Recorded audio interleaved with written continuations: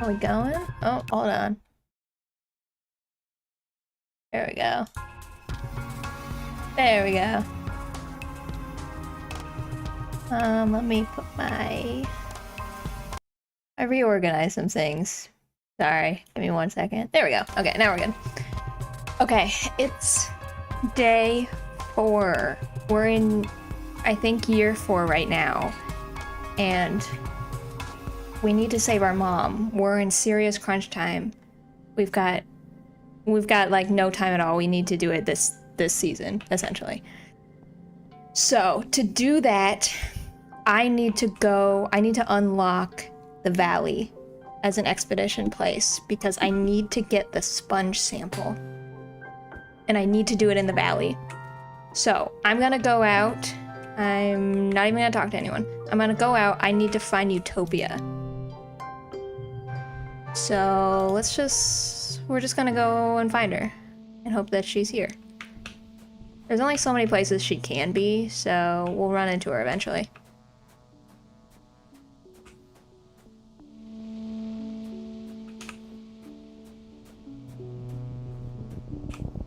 I am a little bit stressed out that I am not gonna have enough time to do this, if I'm being totally honest. This event, saving your mom, is, I think, the hardest event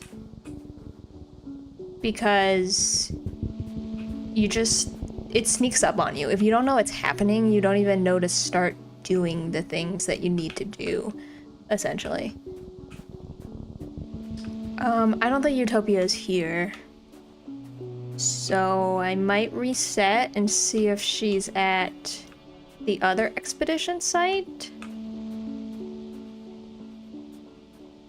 Yeah, I think I would have seen her by now, unfortunately.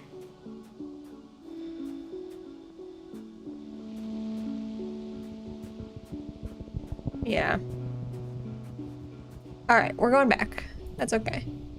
We didn't lose much time, so it's fine. Let's go to nearby instead.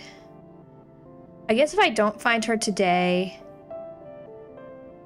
No, I have to find her today.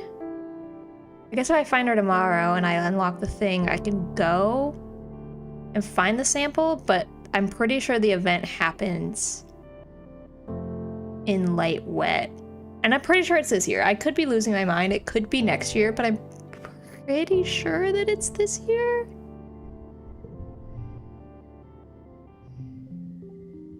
But I might be losing my mind. If I can't find her, then that's probably an indication that it's not actually this year.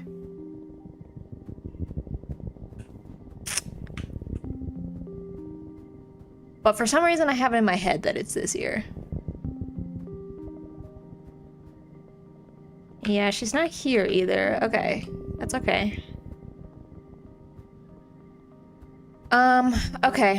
What we're gonna do instead today is we're going to do some farming with my mom to see if I can unlock the, like, farming event. I've tried to unlock it up to this point and it hasn't been working for some reason.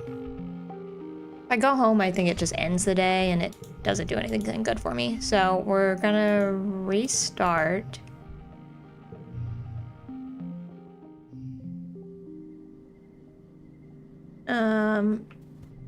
No, I need to restart one further back. Yeah, here.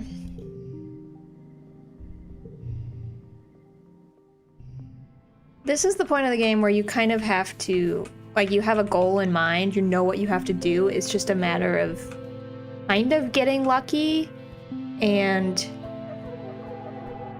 doing things and, like, retrying things in an order that ends up working out. Yeah, okay.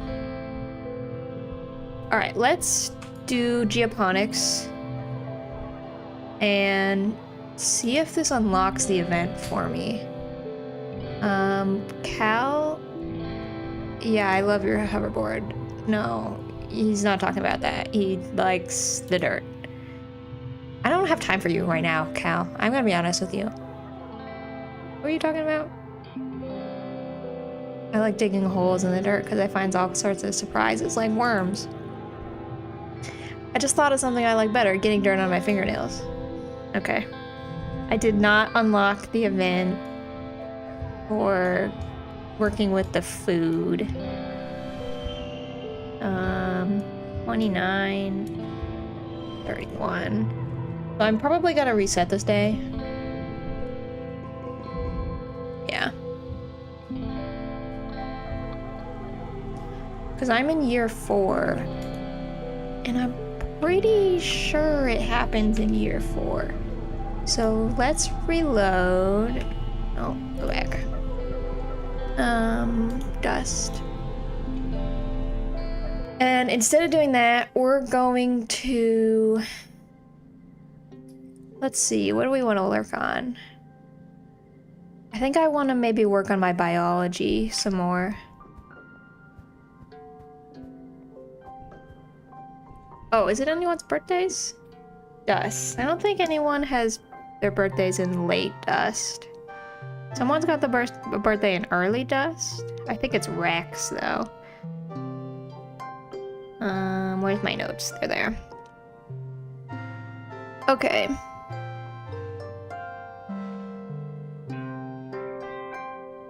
Birthdays. Anemone has a birthday in early dust, so our next ones are gonna be in wet. Everybody's got a birthday in wet. It's a popular time of year. Alright, let's work on my biology.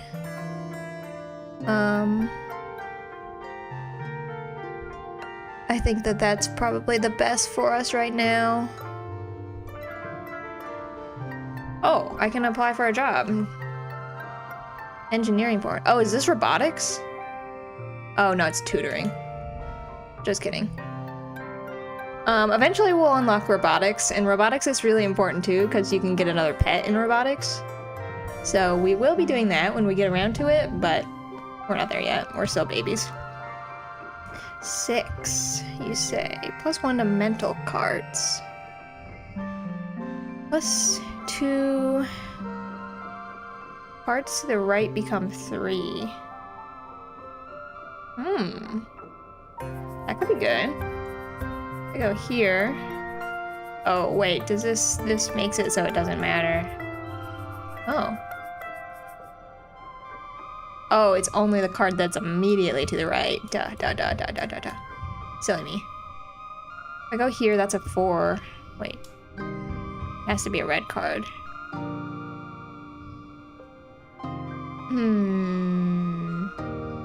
I could go like this and get what would be a 1, 2, 3. Or I could go... Wait, what was the score for that one? 24. I could go here. Oh, that's also a 24. Okay. Guess it doesn't really make a difference. That's fine. Got a 32. Phew, boy, I missed something there. Jeez. Okay, let's try one more time. We're looking for Utopia. I feel like it has to be next year where the starvation event happens, because you unlock expeditions officially this year, and you unlock the place that we were just in, the like second map location, you unlock that this year too. So I feel like you wouldn't unlock that and the valley in the same year, but maybe I'm wrong. Also, I don't know why I can't do the thing at Geoponics yet. I got a prompt for it like once, and I didn't have enough stats, and it has never prompted me for it again. It's Mars's birthday. Also. Hello, Mars. I can tell you about my day. Oh, okay. Let's do that. Gained a memory of... Oh, she thinks I'm boring. Okay. Well. +2 friendship and +1 persuasion. Less bored is still bored when it comes to Mars. It's okay. At least she listened. I have... You like crystals. I have crystals for you. Yay! Alright, I have a bunch of eggs. Let's give an egg to an anemone. Since it's a new season. I have something for you. Take this egg. Yay! Let's give a blob fruit to Cal. Pretty sure he likes those. Yellow flowers to Tammy. Everybody loves these. Dis and Tang have birthdays this season, so we're gonna hold off on giving them anything until their birthday. Okay, now let's go find... Man, I'm really worried about not being able to save my mom. I'm really stressed about it. Alright, Utopia is not here. She would usually be, like, right at the start. I'm just gonna walk around and make sure I don't miss her, but I'm pretty sure she would be at the start if this is where she's gonna be hiding.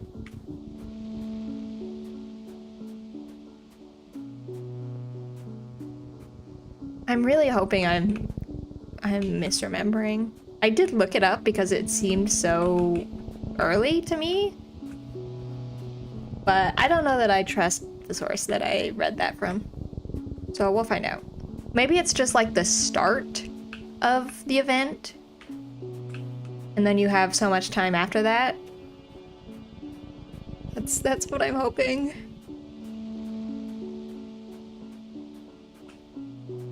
Especially with the amount of expeditions I've been doing. Like, there's no way I could do it faster than what I'm doing right now.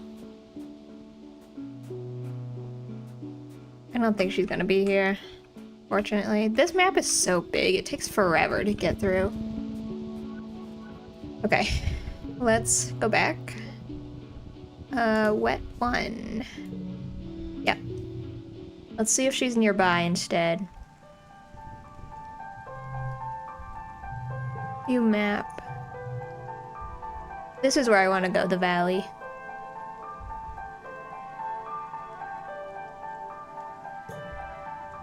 Okay, let's see if she's nearby instead. Utopia. No, I don't think she's here.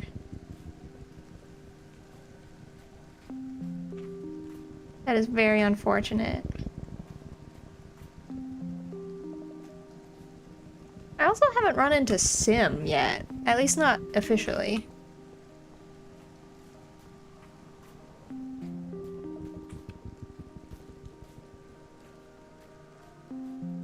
I'm wondering if I meet him for the first time in the valley. Or if I just need to do certain things to, like, trigger his event. I'm not sure. Alright, she's not here either. Which is not ideal for us. Oh, we're popular, also. Forgot about that. Alright, let's go to the...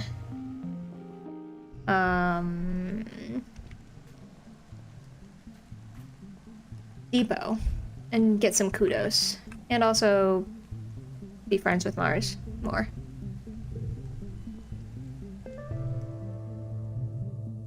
I want to work in the depot. Persuasion and organization. Yes, please. You're working with Mars when a depot order comes through on the holopalm for 10 batteries. You're busy packaging up another order, so you send her over to her holopalm. Despite the constant complaining how boring and beneath her the job is, Mars is very good at it. She finds ways to do things faster and more efficiently, and she hardly ever makes mistakes. Which is why you're so surprised when you get the order from the nanoprinter and it's 15 batteries. You check the requisition again. Wait, it says 15 batteries now? You swear it said 10 before. Mars scoops up the extra 5, giving you a wink as she hides them in her bag.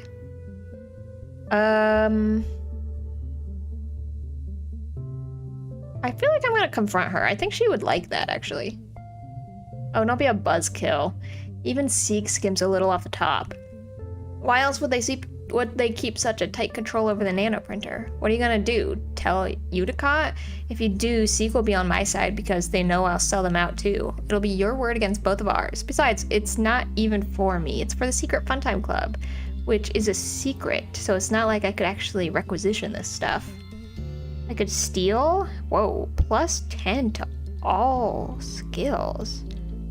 Oh, plus 2 to all yellow challenges. Whoa, that's pretty good. Yeah, that's really pretty good. I kind of want to see what this would do, but I don't want to see it enough to miss out on this one. I got 30 rebellion. I'm getting pretty rebellious. It's fine. He resolved to try out Mars's trick on the next order that looks interesting. When a requisition comes through for an emoji proji, you change the quantity to 2. Oh, is that what this is? Sweet, you've always wanted one of these. It projects your emotions into little holograms around your head, like a manga character. Sweat drops, popping veins, firing little hearts. It's fully programmable. When you first try it out, furtively in the back, it projects blue anxiety lines on your forehead. It turns out doing petty crimes is also anxiety-inducing. That's true. Okay. Let's... Got 6. I'm getting some pretty good cards. Card becomes blue. Okay. Card to the right becomes 3. I could put baby down. Plus 1 for each gem. Plus 2.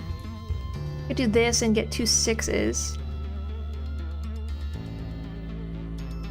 I could put this and get a 3, so a 2 3 4, and then 2 6s. That's not bad. I missed a couple points, but that's okay.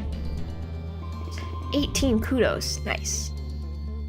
I'm stacking up my kudos for when I eventually unlock the spa, and then I can really trim down my deck. Early wet, mid wet. Okay, I do need to... I'm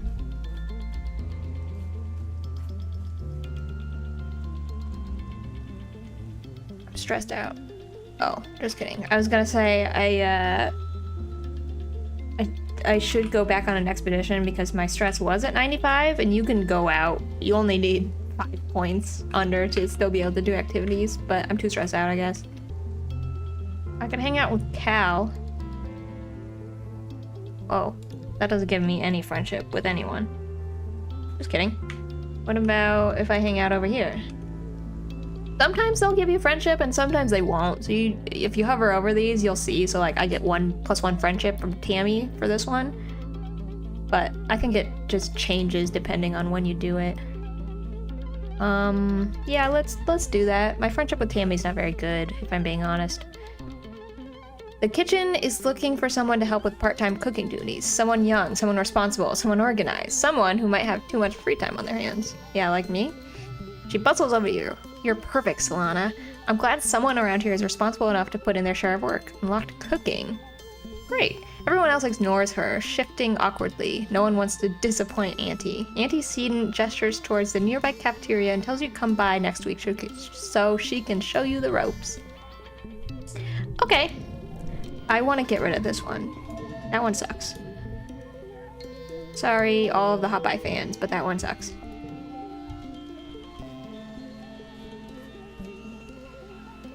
I think I can maybe see my food reserves somewhere here. Oh, I can sell cards. I have 4 cakes. What the hell? When did I get those? What? Why do I have so many cakes? Okay. I mean, I guess I've been getting them for my birthdays, but no, it hasn't been, like, telling me that I've been getting cakes. Oh, no, this is for me to buy. Just kidding. I was like, what the hell? What do you mean I have so many cakes? Okay, I don't need to buy cakes. I was flabbergasted. But now I'm okay. View the notice board. Oh.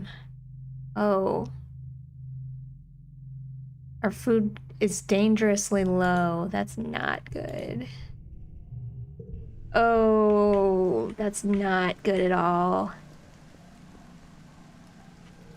Alright, we're going out. I have to find Utopia. She's the only way for me to unlock the valley.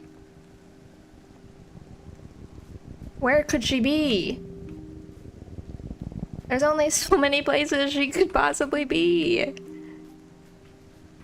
Please. No.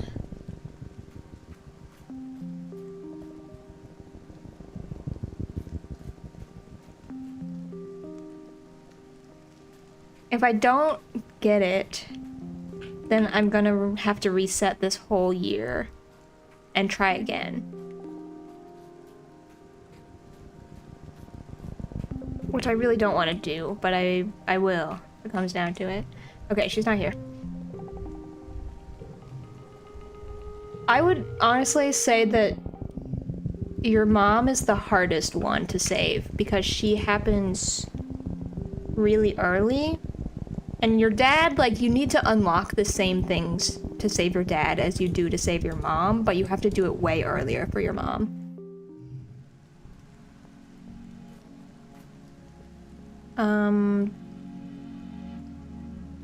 Okay, we're gonna see if she's at... I don't suppose she's just, like, around. No, I don't think so. What if she's at the plains? Utopia? No.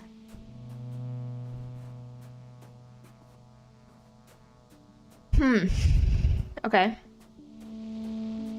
That's not good news. Well, we're just gonna have to play it out and see what happens.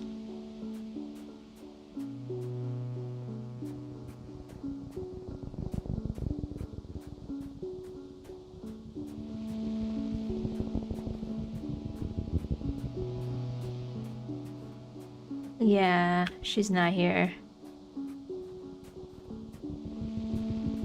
I'm gonna go to the end just to appease myself, but I know she's not here.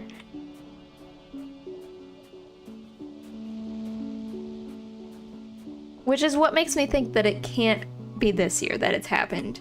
That it's going to happen, because I surely would have unlocked it by now, going to the valley. But maybe not. I don't know. Alright, we're going back. It's people's birthdays. I almost forgot. You want this? Root. I know you like roots. For your birthday? Yes, indeed, for your birthday. Chang. It's for your birthday, too. Great. Alright, what do we do? What do we do? What do we do this year?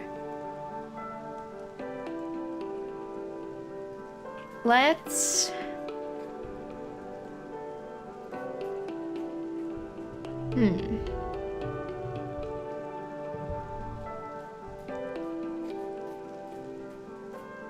Let's work at the depot again.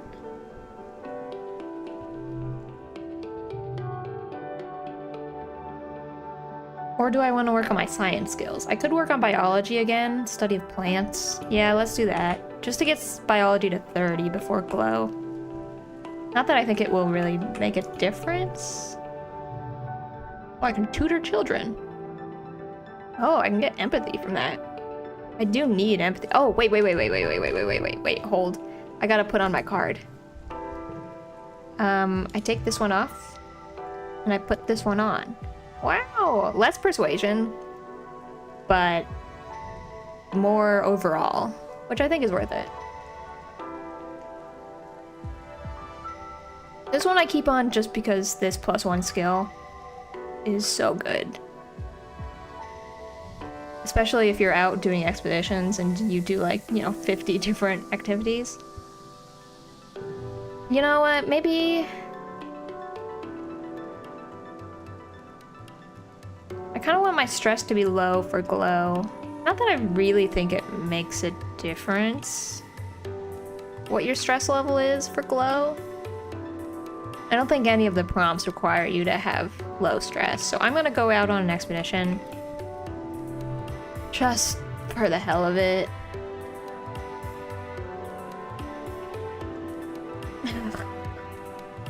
And I'm really stressed out about this. I think it's fine.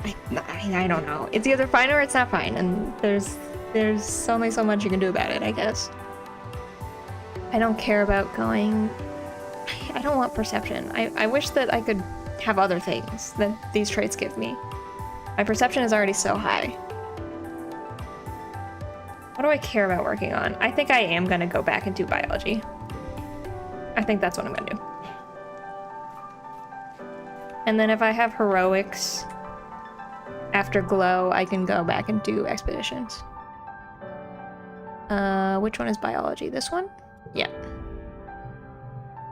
Oh, you're studying sugar bugs. The native species look like purple marshmallows, about the size of your fist, all puffy and squishy and kind of cute. They don't move or do much, but if you tickle them, they exude edible syrup from a hole on top of their bodies. And now we're gonna dissect one.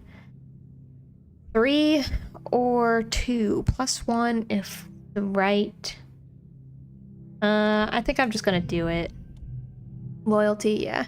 Gain a memory, dissect a sugar bug. You're given thankfully already deceased sugar beds to work on. The moment the scalpel slices it open, a horrid smell assaults you, sweet like rotting fruit. Yuck. You see Tang trying not to gag. True. Alright, how are my cards? How are my cards doing? I got a 6. This is pretty good. +1 for each gem. Could do... Get rid of these 3s. Could do like a 6... Oh, that becomes a 7. Oh. This would become a 6. That's pretty good. And then let's put my... Or do I want to keep these?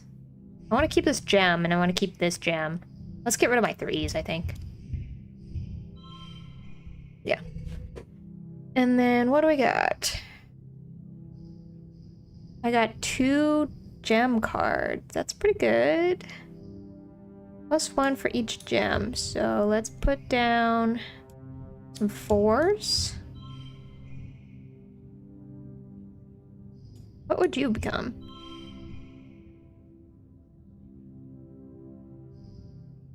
Unsure. 23 there. That's not bad. Would this get any better? No. Okay, 23. Get my 6 out there.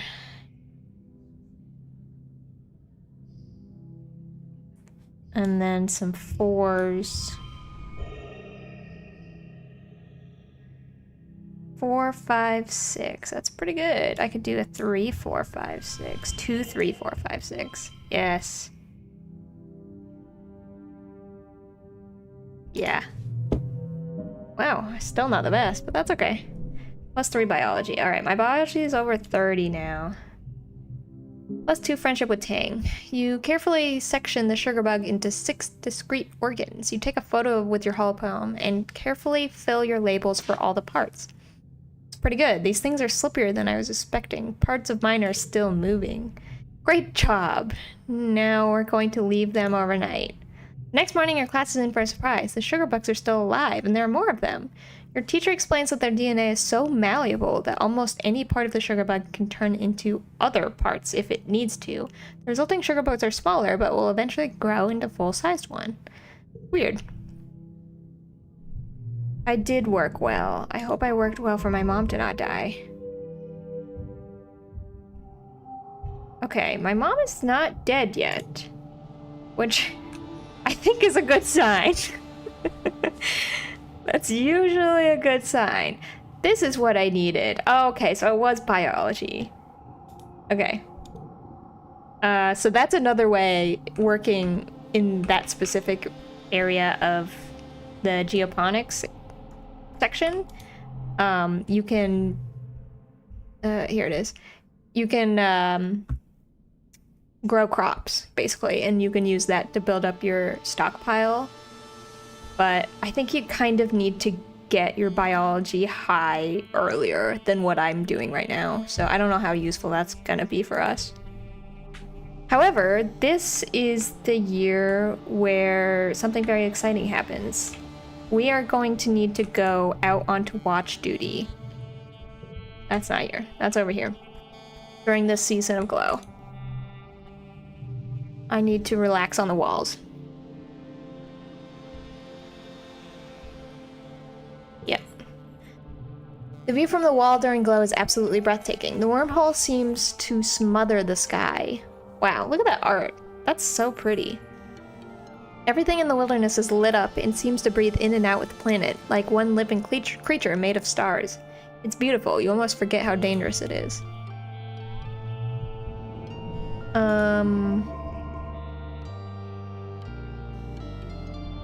I hope that was enough. Everyone's pretty sure there's going to be an attack this year, so the colony is on high alert. You're collecting glowflies in the geoponics garden when the sirens begin to wail. You all stop what you're doing and look at each other. Oh, okay, so I didn't have to start there. I could have just gone there later. Oh, okay. Please hold, that didn't happen. Erase your memory, we're going back. We're not resting, we're not ready to rest yet. Instead, we're going to... I don't know, let's work on biology over here in geoponics. Explore, there's a botany lab. Hey, kiddo, can you hand me the separator? I really got my hands in things here. You hand him the tool, which he uses to wedge open some weird sort of stoma-like opening inside a bell. Gooey purple nectar oozes out and pools on the desk. Whoa, he explains. I thought I'd drain this little beauty. Can you get a towel, I guess? Yeah, sure. You help him mop up the flower juices. Yuck. It's sticky and smells like rotting vegetables. When you're done, he looks at you with pride. You know, I've been thinking of getting one of you kids to come help me with my research on native plants. You think you might be able to break off some time to help your old man? I know you've been studying biology. It's not as glamorous as gene tech research with instants, but it's important. Yes. If you find any cool plants while you're out exploring, bring them here and we can take a look at them. I have found a couple of cool plants, actually. I need to do that. This gives me biology and organization. I don't terribly care about having organization, but I do care about biology. And I care about just doing this in general. It's incredible, he says. We're surrounded by alien flora and we know practically nothing about it. What's edible? What's medicine? What can we make fibers with or build with or use in any way we haven't thought of yet? You and me, we're gonna find out. And here's where you'll be working. The bench is buried under samples and beakers and weird-looking alien sprouts. More than just a simple table. The analysis bench is covered with buttons and little holes you can put things in. I'm going to carefully find the on switch. There's no on switch. Let's just press buttons at random. It's congruent. The friendship computer beams at you from her holoscreen. Of course she's here. She's the guardian of all knowledge in the colony. Your dad laughs. Don't tell anyone, but congruence is the real brain of this operation. She'll make sure we don't do anything super dangerous, which means you and I get to focus on experimentation. If you follow the rules and stick to what you already know, you won't learn anything new, so don't be afraid to try stuff. Okay. Study this mushwood. I have that. Take it. You examine the mushwood. No, I gained a memory. That's fine. Part of the reason you need to harvest mushwood in wet is because the cells get so saturated that they lose structural integrity and turn to, well, mush. +1 biology. Studying the exact process by which the cells take in water leads to a breakthrough. It might be possible to hack the process and stop the mushwood trees from taking in too much water. If they don't take on as much water, they won't take as long to dry. +5 kudos, +1 colony defense. Oh, nice. Logging will be more efficient now. Excellent. Okay, what do we got going on here? I got some 6s. I can make this a 4. Ooh, that becomes a 5. No, it's gotta be there. +1 for each gem. Ooh, buddy, I can really stack up the gems. 2, 3. If I put you here, 6, 6, 6. No, that's not better. Yeah, that's pretty good. Missing 1, but you know, it's better than missing 10. And we've got so many kudos. I love that we have so many kudos. Alright, another glow. Everyone pretty sure there's gonna be an attack this year, so the colony is on high alert. You're collecting glowflies. You all stop what you're doing and look at each other. Alright, we have to go to the gates. This is essential for saving the governor. You scramble down from the walls and are immediately faced with the seething wall of Hopeyes. You kind of thought there were only a handful of these usually peaceful creatures in previous years, but there's swarms of them. I am stressed. It's not just Hopeyes. Once your eyes adjust to the chaos, you can see large creatures that look like walking bushes. Those wild centipede-looking things with long spider legs, and at least one giant many-eyed thing that's hovering clear off the ground, defying gravity. They all seem to be incited into a frenzy, attacking everything in sight and trying to get through the walls. It's dark and chaotic. +2 friendship with Anemone. Calm sees you through the fray. Solana, get to safety. You're suddenly not sure this is a good idea, but then you look up and see Nem shouting encouragement from the wall.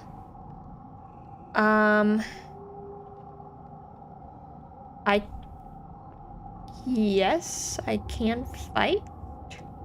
I kind of need to... I thought that going to the wall would give me a different prompt. But maybe I'm wrong. Card becomes red. 5, 4, 3. Oh, that becomes a 6. +1 to all physical cards. Oh. I see. Why don't you get +1? Odd. But okay, that's fine. I got some 3s. I could stack up 3s. I could save my 5. You would become a 4? No? +1 to physical red cards. Why do I not? Oh, it just counts here? Is that right? Oh, it's already counted. I see. I was like, why is this not working in the way that I thought it would work? Let's just get a flush. 1, 2, 3, 4. I only need 13. That's not gonna be hard. 5, 4. This is gonna be more than a 3. It's gonna be a 4. What if I go... No, that's not gonna work. What would you be? You'll be a 3.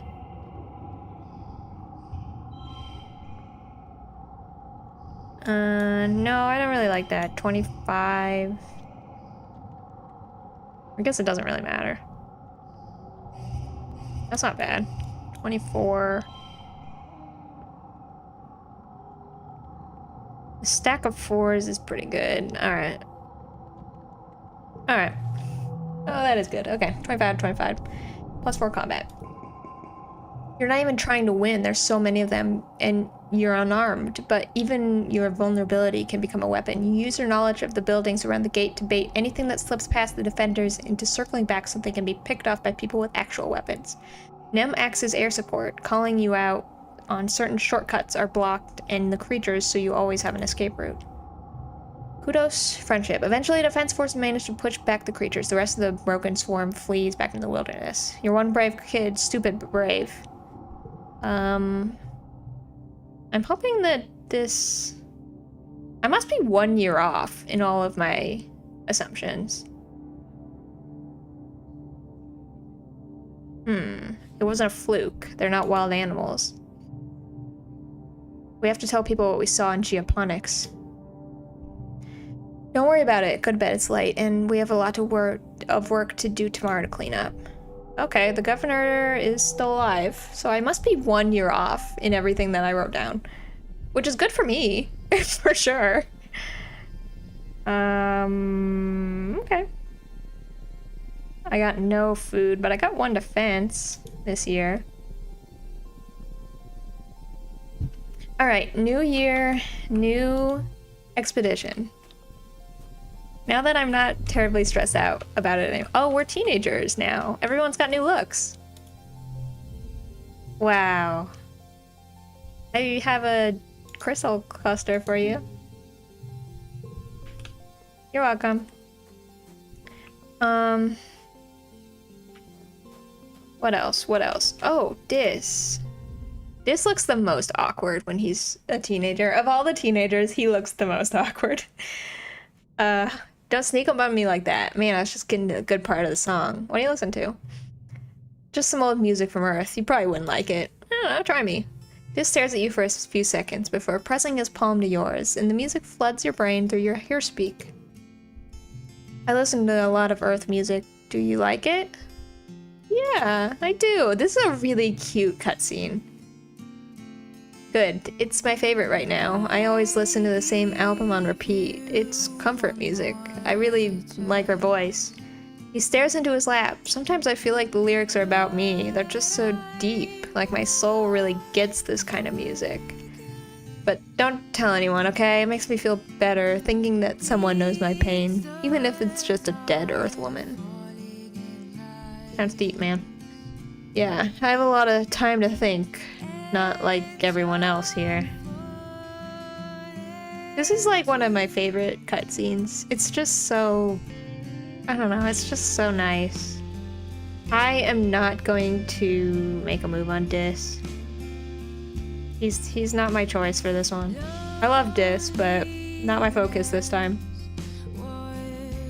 You and Dis lie in the grass and listen to music, trading different songs back and forth until dark, and the bell rings to close the gates for the night. Ugh, I love that. Hi, Nam. When is your birthday, Nam? Early dust. Okay. I have an egg for you.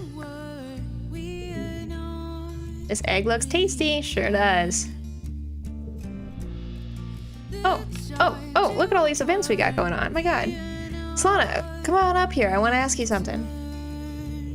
You clamber easily up the scaffolding. Nem gives you a high five. Here, look through these, she says, shoving the holoculars into your hand. You raise them to your eye and look where she's pointing. A long way out, much farther than the expeditions are going, you spot a dark humanoid shape moving through the towering fungal forest. See him? It's Dis. I swear it is. He's always sneaking out over the walls. So what? So what? He's gonna get in trouble. Only if you tell on him. Well, yeah, but someone should. The adults say we're not supposed to go outside the colony unless it's on an expedition. And Dis just goes whenever he wants. What if he gets hurt? What if he dies? Welcome back! Happy 2025! There's a slight time change. I've still got like 4 hours, but Happy New Year! Woo! And it's nice to see you again. What was I saying? Dis, yeah. He's not gonna die. He's fine. Don't worry about him. I just don't know what to do about it. What do you think? I think you should leave him alone. He's not your problem. Just... you could talk to him. I don't know. You could... just stay out of his fucking business. It's fine, bro.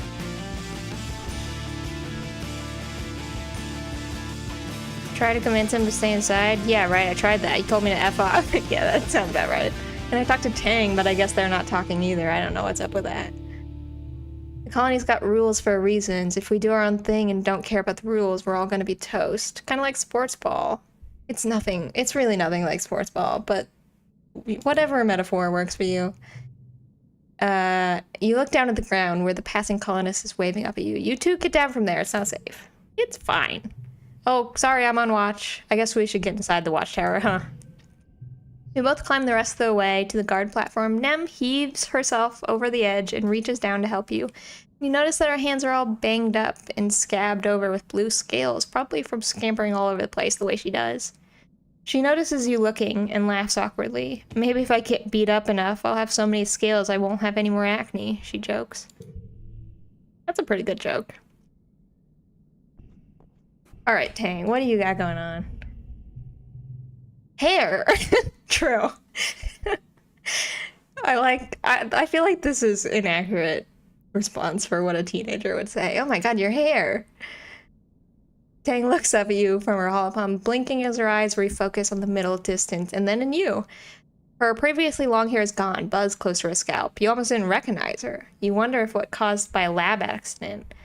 Did you need something? No. Nope, I'm not gonna talk about your hair. The faintest hint of relief passes across Tang's face. You get the impression that not pressing her on personal appearance was a wise choice.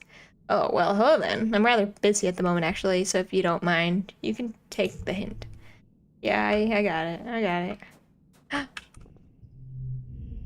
Hi, Tammy. Oh, I can perform a random act of kindness. My empathy. Yay!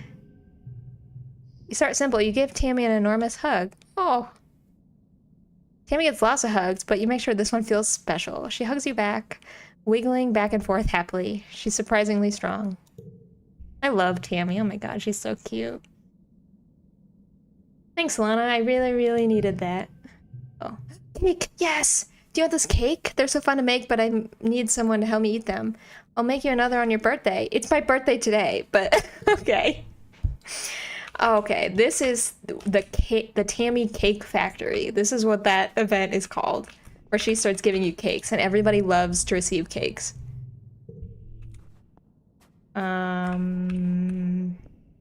Especially Cal. Cal fucking loves cakes. Oh my god. Alright, I need to find fucking Utopia. Jesus Christ, where is that woman? Let's go to the plains. Maybe she's there. Oh god, thank you. Utopia is sorting through stuff the foragers have brought back, putting them in bins. Hey, sweets, you heading out? You and Dis take care of each other. Gotta get through all this before the day's end. It'll take me all day unless you're here and to help me out. Yeah, I will. Alright, here's a simple one. Which one of the fellows is poisonous? Pick the right one. Are these edible? Mushrooms? You got it. You know what kind of mushrooms are served in the canteen. It's easy to pick them out of an assortment. Unlocked forage in the valley. Yes! Oh, thank Christ. Okay, I was stressing about nothing. I was 1 year off. I knew it was too early. Thank God. Great work. You're a regular pig. Don't worry, that's a compliment. Go out there and dig us up some stuff. I will! Oh, I will! Thank you, Utopia. You're the best. I love you. Alright, let's find all the things I could find. Maybe I'll find Sim while I'm out here. Man, I can't believe it's 2025. It just doesn't feel... Time doesn't feel real anymore. I feel like once you become an adult and you like work a full-time job and you just do that for years and years on end, time just like doesn't really mean anything anymore, you know?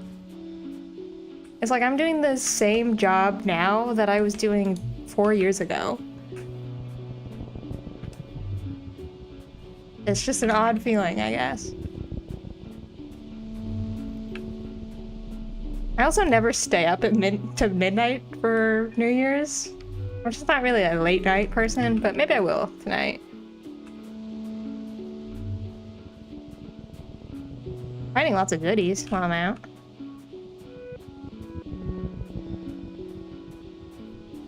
Man, having 100 perception, it's the best. God, I love 100 perception. It's the most underrated skill. No one talks about it, but it's so good.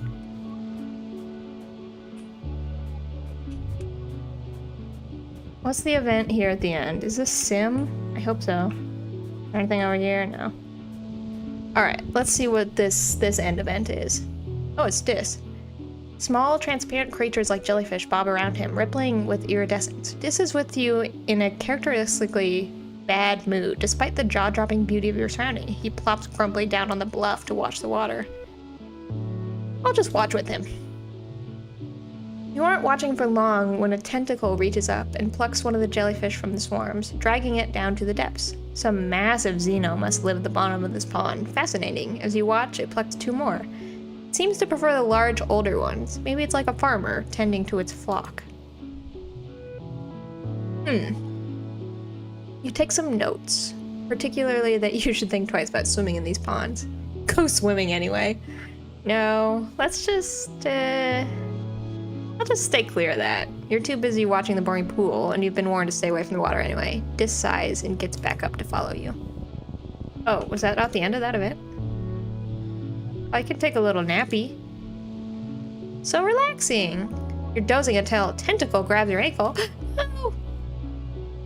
Help me. Dis watches you from the shoreline. You think he's frozen in shock, but when you call for help, he only frowns. Dis, god damn it, help me.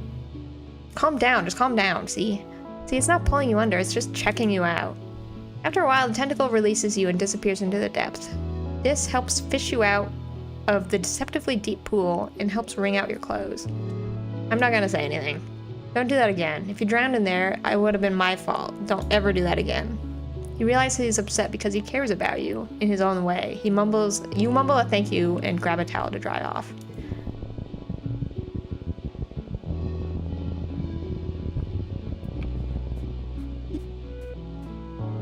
Okay. Let's just do some events. See what I can find.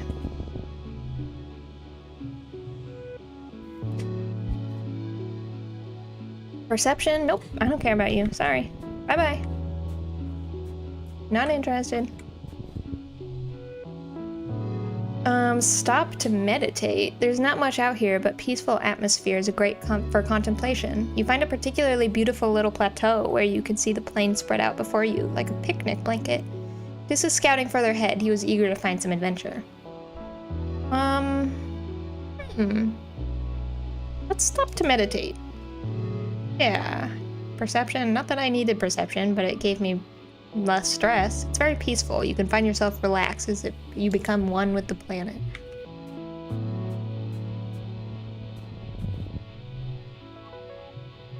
Mass of dead bushes blocks your way. Blast through it. Sure.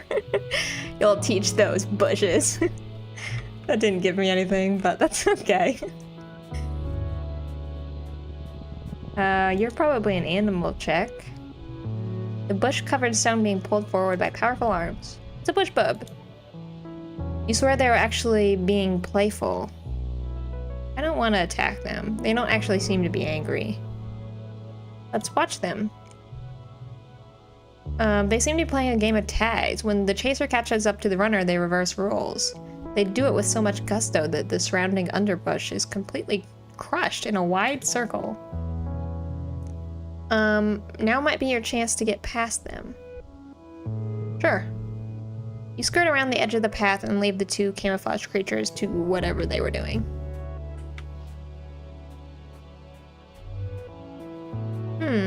What other events do we got going on?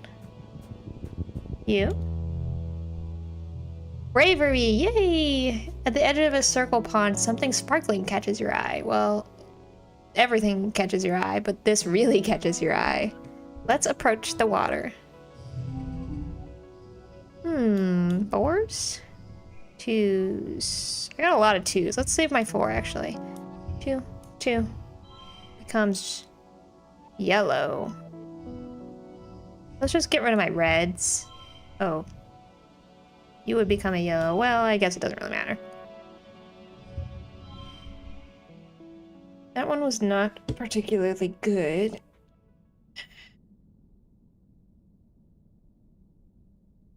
+1 to yellow cards.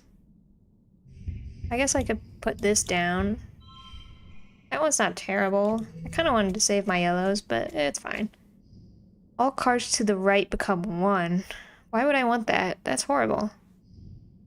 That's one of those cards where it's like, why would I ever play this card? Alright, how about 5s and some 3s? And then some 2s. And another 2. Need an 18. That's doable. That's doable. 4, 3, 2. That'll become a 2. If I put you down, I could go here, like this. But do you become a 2? 20?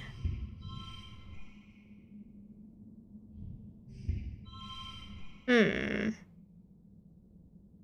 think that's fine. What else can I do? 22? That's not bad. Out of 25, well, that's fine. You aren't scared of some pond or whatever might live in it. You march up to the edge, keeping your eyes on the shiny prize. The paw around the snow, looking for a shiny whatever it is. What do I get? Ooh, crystal clusters. Nice. I'll give that to one of my friends. I have so many now. Let's do an event that's like over here somewhere.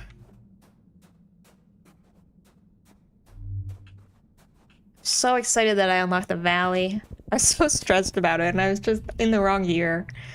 Bravery challenge. Stand your ground.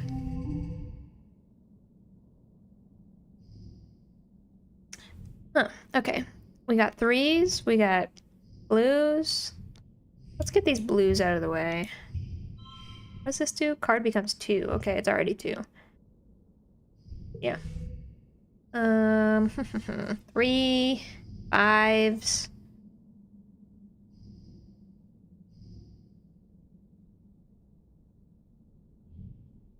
Maybe if I get rid of some of these lower cards.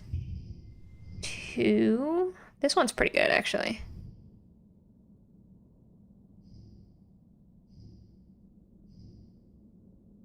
I want to keep this 5 until my last round.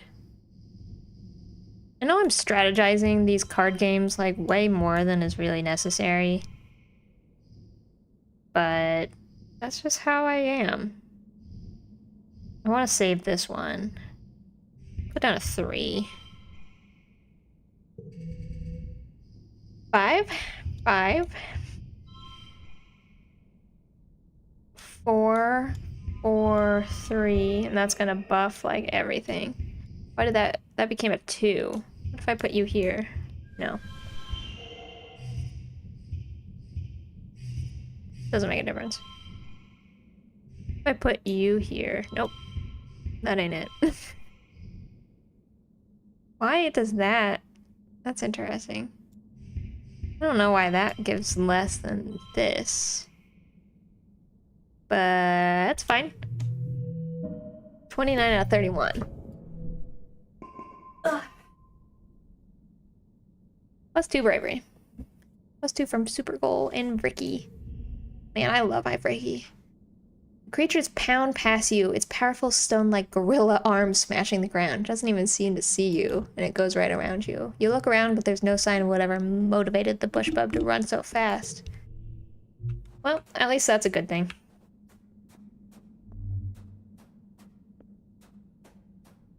Flower!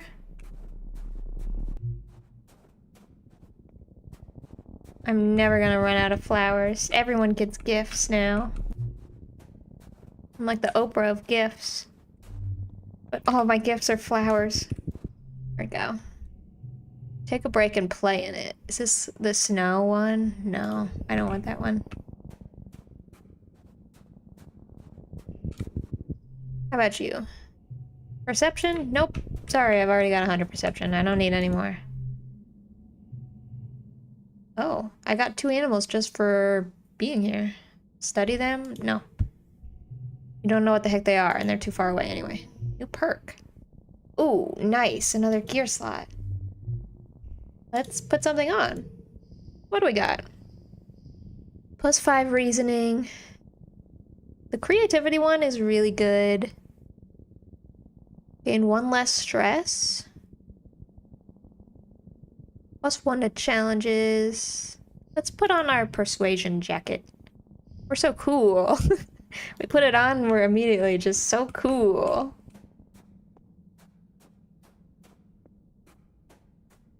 Alright, I can do one more event. Let's find one.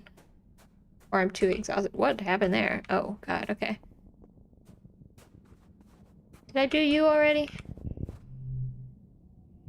Oh, it's the Lake of Pee. I don't want to drink the Lake of Pee. I'm too worn out. That's fair. Okay. Not gonna know.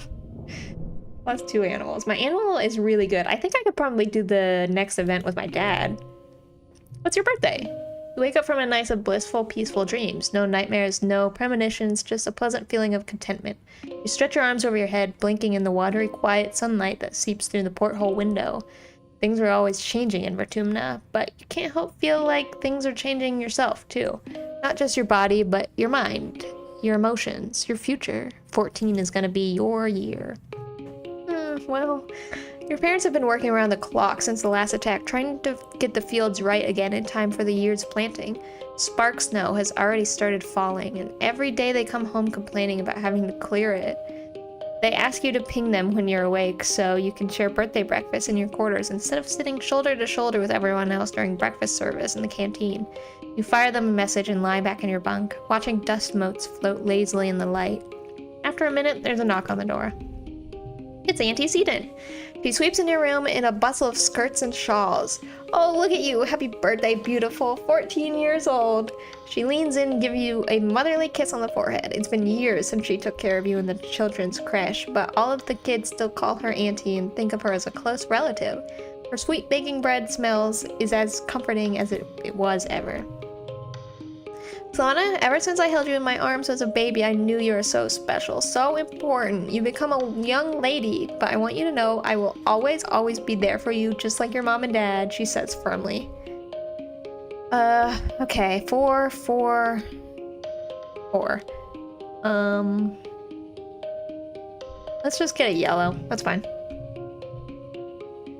I guess you're old enough to call me Aunt Anne now if you like, or even just Anne. Now, come on in here, she says, spreading her arms wide. Give us a great big hug. You hug her, enveloping yourself in a warm and familiar softness of her. Over her shoulders, you see Nem standing in the doorway. Well, her hair anyway. She's been growing it out, and there's no hiding behind a corner. She skids into your quarter. Happy birthday, bud. Way to get older. Enjoy being 2 years older than me for a few months. It's good that you're both here, now that you've both been menstruating. Nem makes a face and mutters yuck, but Anne continues, you're both eligible for cessation implants. Amongst other things, it will prevent your bleeding and pain in the emotional roller coasters of your monthly cycle. Wow, what a joy. Yuck, look at that face. Yuck, she says. Mom, she hollers, gross. Do I have to tell everyone about my cycle? I just don't want to get pregnant, okay? Auntie laughs. Well, yes, that is among other things part, but I don't expect you two to be needing that part for a few years yet, right? Nem looks disgusted by the prospect, or maybe just by her mom talking about it. I don't think I want to date Nem either. I think I want to date Sim. Just because I like him. I don't know. He's just such a cute boy. Grosseroni. Right? She's always like this. You think this is bad? When I got my period, she made me a cake with red gooey center that says, welcome to the womanhood. Oh. It's bad enough I, like, shot up overnight, got boobs, and want to cry all the time. But she has to go around telling everyone. That's true. I feel you, Nem. Your parents finally arrive, still damp from the fields and bringing in a smell of crisp, tangy snow on their clothes. Oh, look, birthday visitors. Anne, are you staying for breakfast? Oh, no thank you. But I brought your order with me just from the kitchen, seeing as I was stopping by. She pats your hand one more time. Happy birthday again, Slana. You'll always be my baby, even when you're all grown up. Your mom shakes her head as Anne and Nem leave. Oh, Anne, sentimental to the core. But I don't know how the colony would manage without her in the children's creche. Family is more than the people that birthed you, Solana, and don't forget that. I won't. Quiet. Alright, we are stressed out, unfortunately. So we're gonna go chill out. in... Oh, wait. What's up, girl? Happy birthday. Oh, it's my cake. You made me this. You can share if you want. She hints, smiling sweetly, if that would make you happy. No, it's mine. Of course, it's your birthday after all. It's fine. It's my cake. Sorry. Who do I want to talk to? What am I doing? I don't know. Have I given gifts out this year? This season? No, I haven't. Take this root. Did I give you an egg yet? Yeah, I did. Okay. Did I give you anything yet? Here, take this. Take this root. Take it. It is interesting, isn't it? Do you want a flower? Take this. I've got gifts to go around. We're really getting into the gift-giving season. Get into a debate. Okay, sure. Why not? Mars would never stoop to using her fists to get her way, but she loves a good fight nonetheless. You ask her what she would have done differently if she'd been the captain of the Stratospheric when it landed, and her eyes go wide. She launches into a laundry list of shoulda, wouldas, and whatever she says she would have done. You offer reasoning for why it wouldn't have worked. After a little while of this, Mars was positively invigorated. Wow, you really thought all this out, didn't you? You're totally right. It's a lot more complicated than just making decisions and telling people what to do. Thank you. It's so important to have people around you to keep me on my toes. Okay, but when I'm governor, I will be so much better than the adults can. Yeah, I believe in you. I already gave you a gift, it seems. Cow, you want an egg? Want to hear a fun nature fact? Okay. I'm just like giving out everything. I have not met this person yet. This is a character in the game, but we haven't met them yet. That's interesting that I'm getting that card. You tell him about the time Tang brought a skunk bug for show and tell in biology, and it got scared to make the worst smelling, grossest stink you've ever smelled, and everyone thought Tang had farted. Then Professor Howell had to clear out the whole room. It was so gross, but also kind of neat. I remember that, except the way I heard it wasn't Tang, it was you. You weren't there. You go to a different school. Alright, I'm still heroic, so let's do our expedition. Oh, just kidding, I'm stressed out, I forgot. Alright, we're gonna go hang out in the park. Maybe. I think. Or do I want to go hang out? No, I think I want to hang out in the park to try to level up my dude. You play with your Hopeye, Mrs. Hoppington. I forgot that I named them that. While you hang out in the gardens. They're pretty well behaved, never straying too far from the underbrush, and always coming back when you call their name. Oh? +1 bond. Yay! +1 empathy. Another Hopeye shinily approaches you on the long grass. Your Hopeye goes totally still, then lets out a happy chitter and bounces off to greet the stranger. They touch noses, then hop around each other twice. They disappear for a few minutes in the underbrush, long enough that you begin to get concerned. Finally, Mrs. Hoppington bounces back to you and nuzzles against her leg. They want to be picked up and cuddled, so you pop them underneath your shirt and carry them like a baby. That's what I do with my cat. You play with your Ricky Ticky. Oh my god, these names. Hanging out with them just outside the wall. It's uneventful, which is exactly what you need. You try to teach them simple commands. Stay, follow, speak. It's adorable watching them tilt their head from side to side when they're trying to figure something out. They don't really seem to get it, but they're trying. +1 bond, +1 creativity. You quickly realize the Ricky must be named after the sound they make when they're happy, a whirling, clicking noise. For a weird spider tentacle creature, it's really cute. My Ricky Ticky. I don't want to forget either of these. No!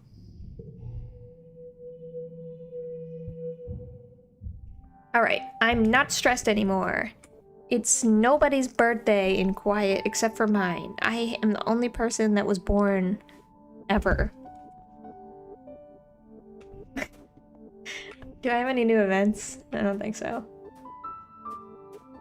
No. Alright, let's go to the valley. We got some serious shit to do in the valley. Hey there, sister. Solana, I'm glad you could make it. We need everyone we can get out there, boosting our food supplies. Yeah, I'm ready. Good luck hunting. Use your hollow palm to identify edible and medicinal plants and throw them in here. I'll sort them back at base camp. Oh, and keep a lookout for creatures. It's pretty peaceful out in the valley, but even a little bug will get you if you're not careful. Stay on the path and don't get lost. Any questions? I could flirt with her. I don't think you can. I mean, you can get together with Utopia in like your end scenes, but you don't get cutscenes with her. Probably because she's an adult and you're a child. So I'm good. Hold on, Solana. We're also investigating some species we might domesticate. Those we'll want to tag and capture. Ideally, we're looking for herbivorous creatures that already live in herds and either produce something edible or reproduce quickly enough we can slaughter them for meat. If you see anything that fits the bill, tag them and bring them back. Okay. As long as it's not my Ricky Ticky or my Hopeye. Those are mine. Don't mind me, I'm just gonna squeeze on by. I can't go that way? Man, I love being able to just shortcut all of these events. It's so nice. Was that something? Yes.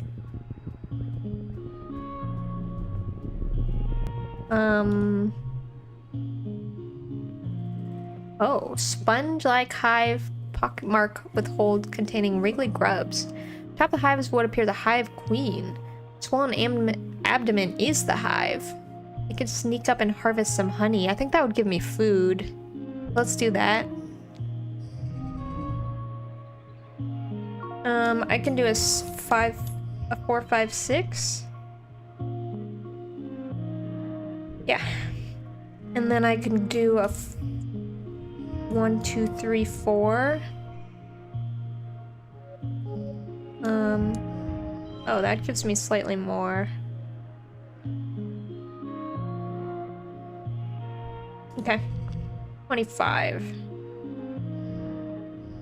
4. 4. Hard to the right becomes a 3. I don't want that. +1 for each gem. This would become a 4. And with this it would become a 5. This would become a 4. This is kind of a random assortment of cards. I don't totally care for it. 22? Yeah, okay. Oh, I need 25.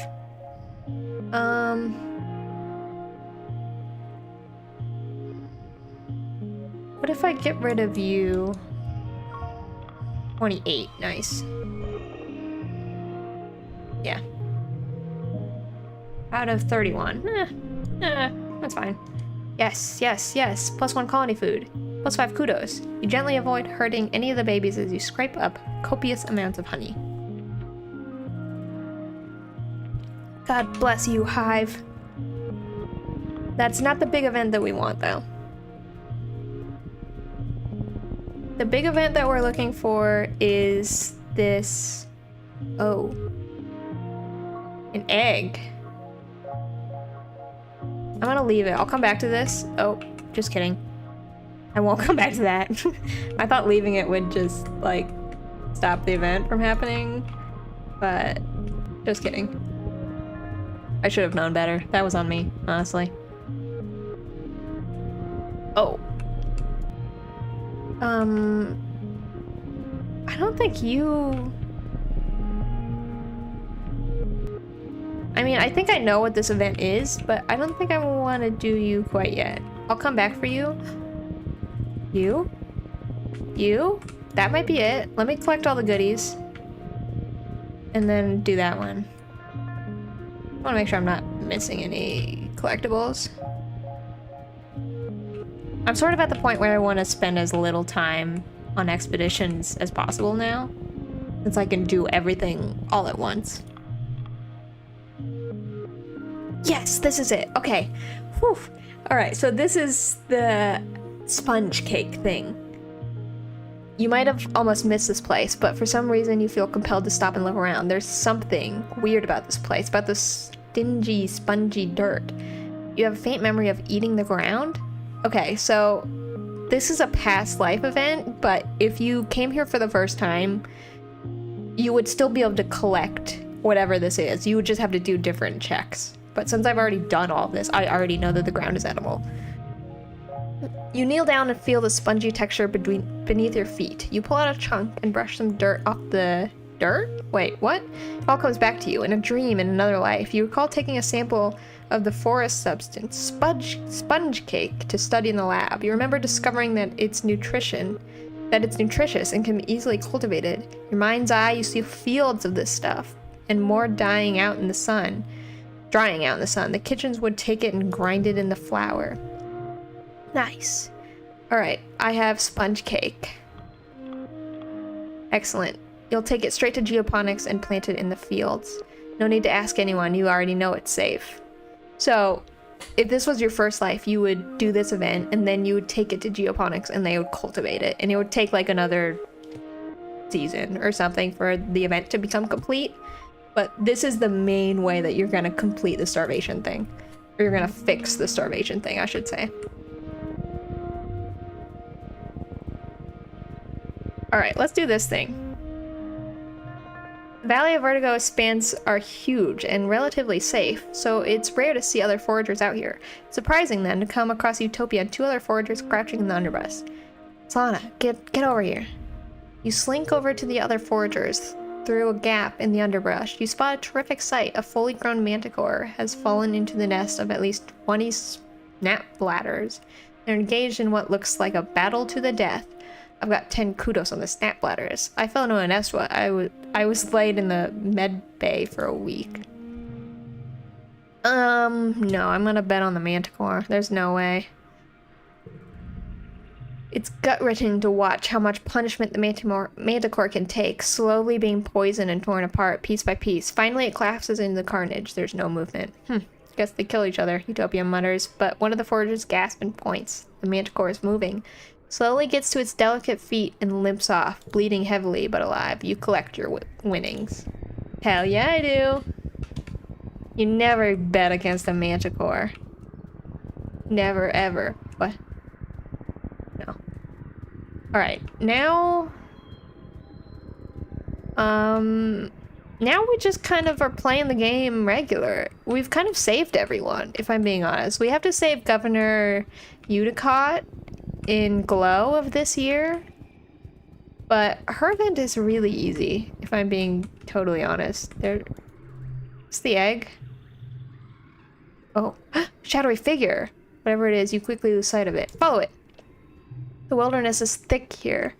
You need to rely on your tracking skills. Do that. Track this man.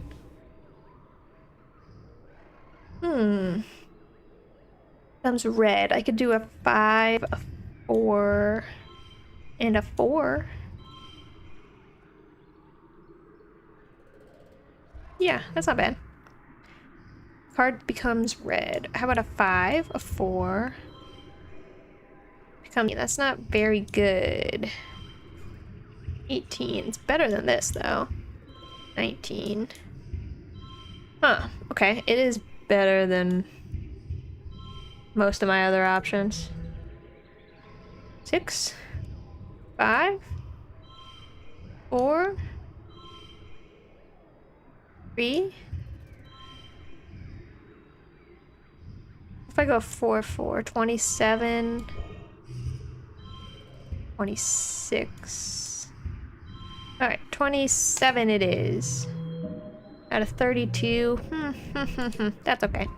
You're looking for a person, so you're surprised when you're face to face with a weird looking creature. It kind of looks like a person a bit, more like a tree really, some relative of a bush bub maybe, but more like tentacles and slime, like a tree oozing with goopy sap. 2 legs, yuck. Makes some sort of baroo noise at you as it moves back. Oh, okay, I don't know what that was. I am looking for... Identify the mushrooms. Ooh, biology, yes. Biology time, please. 5, 4, 3. 3. Yeah, a lot of 4s. 4, 4, 4. All cards to the right become 1. That card sucks. I hate this card. Let's get a 3 in here. Alright, I need a 22. That's doable. 3. 4. This will become a 4. Oh, plus 2 cards with gems. If I do 6, 6, 3, 3,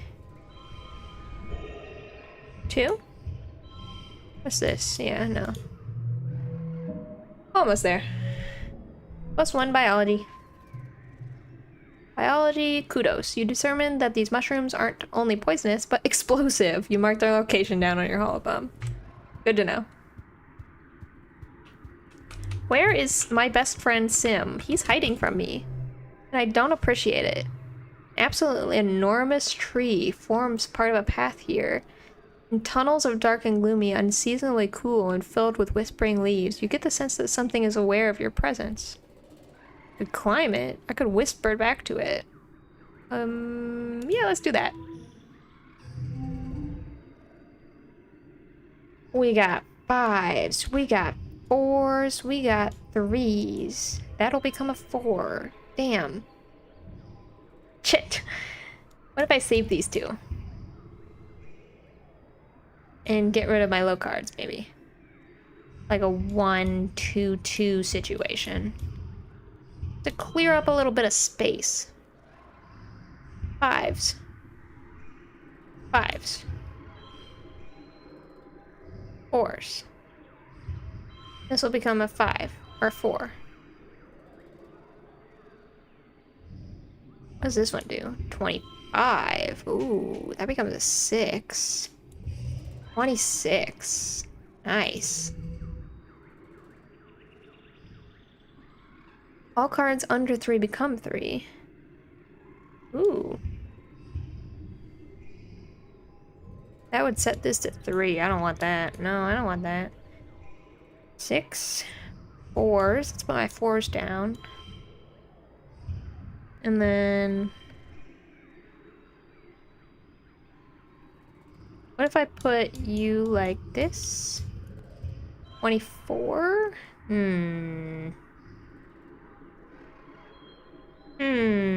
No, that's not quite what I want.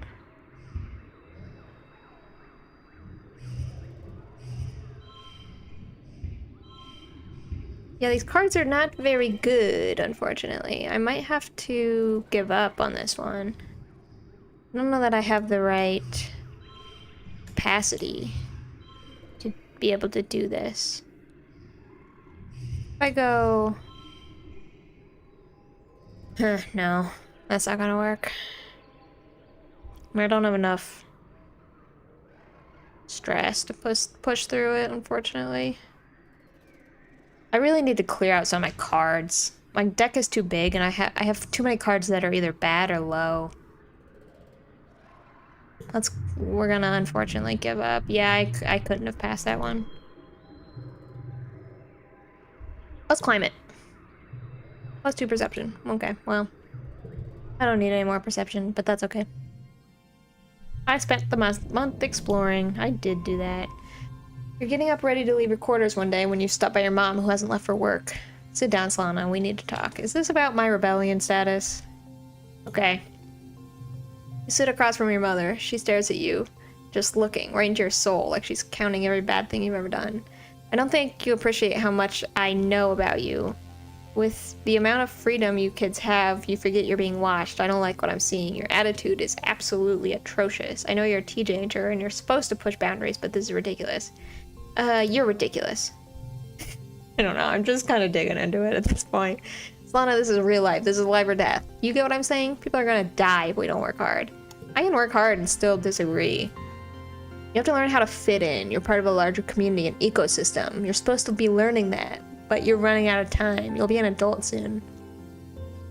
You're putting too much pressure on me. Am I? When I was just a little older than you are now, I was fighting a war against the people of Earth. First they ignored us, then they mocked us, then they attacked us. And then we won. Also, we could give you the chance to grow up here. Don't disrespect me by wasting it. I remember being your age, full of anger, ready to fight anyone who told me what to do. I wish someone had told me that I deserved better. I wish. She shakes her head. You can do better than this, Lana. You just have to apply yourself and listen to your elders. The colony needs you to be a part of it. It's why you were born. I don't know about that. For a literal rebel fighter, your mom has a strange relationship to authority. You'd think she'd understand what it means to want freedom above all else. She's such a hypocrite. You're sick of people telling you what to do, thinking they know what's best for you. They don't know what it's like to grow up on an alien planet. They don't know what it's like to have all these weird thoughts and dreams. Yeah, you tell them. They don't know. Hi, Dis. What's going on? You see Dis talking to one of the senior surveyors. He listens intently to their instructions, and the surveyor hands him a satchel of instruments and claps him on the shoulder for walking away. Dis turns to you. Hey, Slana, it's still kind of weird I'm allowed to be outside. Leave him alone. No. Remember when we used to sneak out? It was so easy to avoid Chief Surveyor Tonin. What's the weirdest thing you've seen? There's this big rock in the western ridge that's like totally flat on top. When I get near it, it makes me feel happy. It's so strange. It's really hard to leave. The first time I went there, I laid on top of it for so long I almost missed the transport back. I don't know how to explain it, but it's almost like it wants to be kept a secret. I'd love to see it sometime. I don't know. I don't think it wants that. This is secret. Oh, we got an upgrade. You say goodbye and let him go back to his work. You'll keep his secrets for now. Wood. It's a new season, but no new birthdays, I don't think. What is even this season? Pollen? Oh. Early pollen is Rex, but we haven't met Rex yet. So, we're good. Let's give out gifts. I have so many. You want this? I know you do. It's our friendship. It's decent. Hey there, girl. What's going on? Oh, Slana, I was just taking a short break. Yawn? You tired? Yeah, I didn't sleep last night, or the night before. I was working on a bonus assignment for biology. You haven't slept in 2 days? More like 3. But as I said, I'm tired. Even my enhanced body has limitations. You look at her quizzically. I don't need to sleep as much as other people. It's a genetic, you know, a DNA enhancement. I guess sometimes even I forget to do it. I should set myself a reminder. Hollow. Add to schedule. Sleep nightly 2300 for 3 hours. Her hollow palm emits a tone in response. That should do it, she murmurs. Her eyes are practically closed. Let's find her someplace to take a nap. Tang follows you obediently to the engineering wing, too tired to protest. You slip into the med bay to grab a blanket and pillow off the shelf. By the time you return, Tang's already fallen asleep, curled up in an egg chair in the waiting area. You gently place the blanket over her, and she hums happily before going slack with much-needed sleep. That was cute. Let's give you this root. It is interesting, I know. Nemini, you want an egg? I got you an egg. Whoa, this egg looks tasty. Yeah, it does. Hey, you two.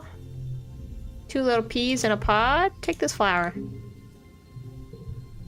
You, cow. You fucking love bobber fruit, don't you? Yeah, you do. Alright, everyone has been gifted. Now, what do we do? What do we do now? I could go back on an expedition. I want to find Sim. Why haven't I found Sim yet? He's been avoiding me.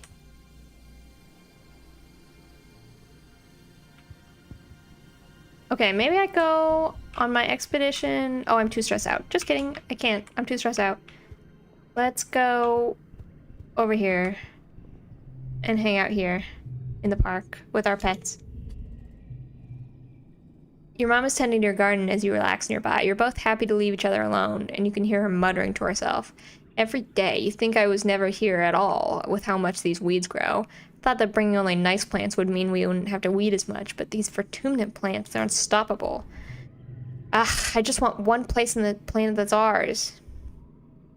Ask more about Earth. It was like this place, but a lot worse. Hot summers, cold winters, storms, wildfires, smog, radiation. Weeding was the least of our problem, honestly. That's why I wanted this place, something that could remind us of what Earth was. There goes all the way to the edge of the colony. Whatever plants these roots belong to, they're invading my garden. You stupid pink bastards. Stay out where you belong. Okay, Mom. Oh. +1. Yeah, no, that's not very good. You're surprised when you wake up this morning and your mom and dad are both still in your quarters. Usually they're long gone before sunrise. You begin to pull back the curtain. Solana, good morning. Yeah? We haven't wanted to worry you, but there's a reason we've been working so hard at geoponics. There was an accident during the wormhole transit just before we landed, and we lost geoponics in the hull breach. Our algae tanks, the microbial soil from Earth, it was all destroyed. Once the soy rations ran out, we'll be in deep trouble. But between everyone's hardworking farming and foraging, we finally have a steady food supply. For the first time since we landed, we have enough to make it through harvest next year. Just until next year? It's better than this year. We'll have to take stock again, but what we managed to do should keep paying off, and it won't take much work next year. I'm already looking forward to dinner. I haven't had time to really cook in ages. What should we have? Corn on the cob? Sponge bread curry? Corn on the cob! With mashed potatoes! You and your parents cook a private meal in your kitchenette. Your dad does most of the work, but you help. When you sit down for a quiet family dinner, you realize this is the first time you've done this, and you can't even remember how long. Talking about the day in the most mundane way possible, it's so pleasantly normal. You and your parents stuff yourself silly. Talk about how the things you'll be able to do together now that you can relax and take more breaks. Every bite is heaven, and made even better by knowing that you had a real impact on the colony's future. Okay, so did I already do the sponge cake event? I don't think I have. Just the person I was hoping to see. Want to get your hands dirty? More dirty? The survey teams are bringing in tons of animals, and we could use your help. Sure. Yeah, okay. Tending animals and geoponics. I already gave everybody their gifts this year. So I think I gotta wait on that. Everybody's doing great. Okay, I just want to see if I go here, can I do the thing with the sponge cake, or did I already do that? Don't you think you got time to start thinking about what you're gonna do when you're older? Isn't she telling you to stay in school? Gotta think about some time, kid. How about you come join the folks on the farm? Okay. Unlocked farming. Come see me in geoponics when you're ready. Oh, okay. Alright, so I must have, the sponge cake thing must have happened automatically. That's good to know.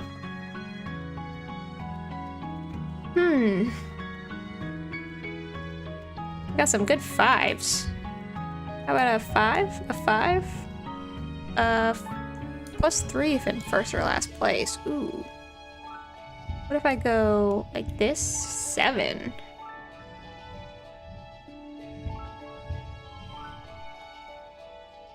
$25? No, that's only worth 1. 28? What if I put this here? No, that's also 28. What if I put this here? No. Okay. 28 out of 33. Boo, that was horrible. 15 kudos, stress, organization. Yeah. Mid-ballin'. Alright, I'm just gonna check. I want to make sure that the sponge cake thing did happen automatically. That's not what I wanted. So, oh, our food colony is excellent. Yeah, okay. Good to know. So if you're playing this through on the first time, you would have to go to geoponics and do that, but I guess it just sort of took care of it for us. Let's go. I'm gonna Google real quick where you meet Sim for the first time. Please hold. Where do...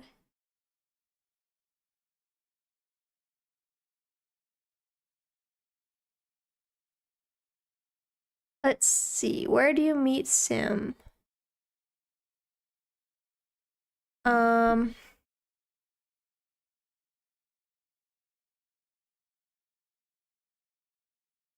Yeah, so it will be during expedition boss events.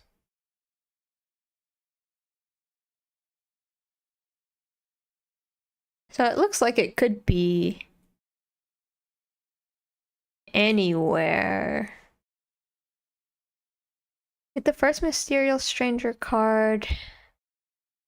Beat the boss encounter by sneaking out a couple of times until you get the flower.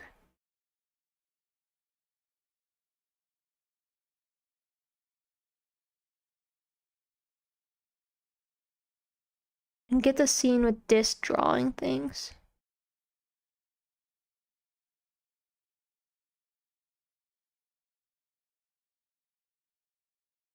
Okay, let's try exploring nearby.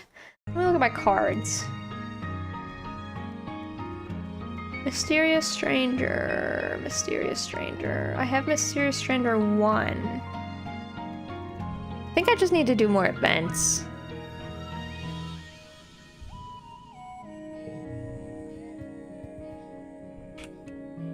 We're just gonna go out and we're just gonna try to do events. To see if we can find... Hello. What's up, girl? People will just have to get used to keeping better track of things. You're the boss now. Utopia smiles. She was born on Earth, but just barely. It must be hard being somewhere between the adults and the kids. She's 27. Oh, okay. So, quite a bit older than us. Yeah. Alright, where the heck... Oh, here. Maybe this is it. Let me do all my collectibles first before I talk to Dis. I don't want to miss anything. Oh, what about you? Ooh, there's multiple events. Ooh. That makes things tricky. Gotta get my eggs. Please, give me the eggs, sir. Wood?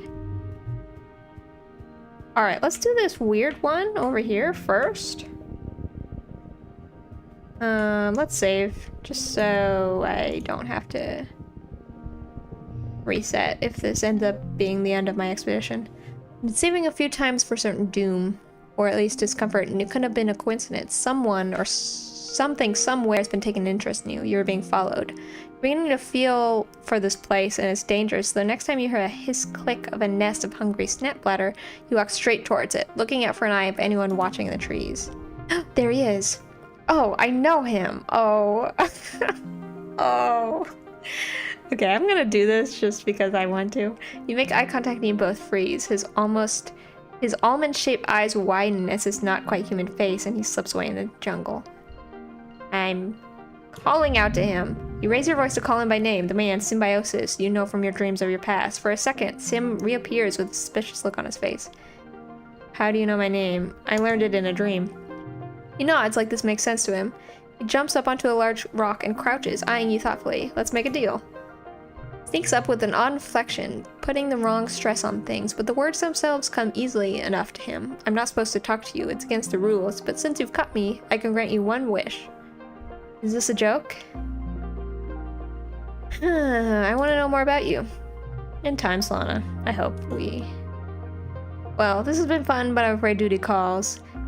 He doffs an invisible hat towards you. I'm looking forward to the story of how you came to know my name. Jumps behind a rock and disappears. Literally, he disappears. You search all around, can find no trace of where he has gone, or how. You're struck with a sudden sense of remembering so strong you have to stop and hold your head. Meeting Sim again is just like it was before. Yeah. Oh! Hey, bro! Oh, you're right here. Hi. Just take me to the Overseer. God. Okay, this is really cutting... cutting a lot of material out. If you have never played this game before, this is not going to make any sense to you at all. I don't really want to do this, but I think I'm going to just to save myself time.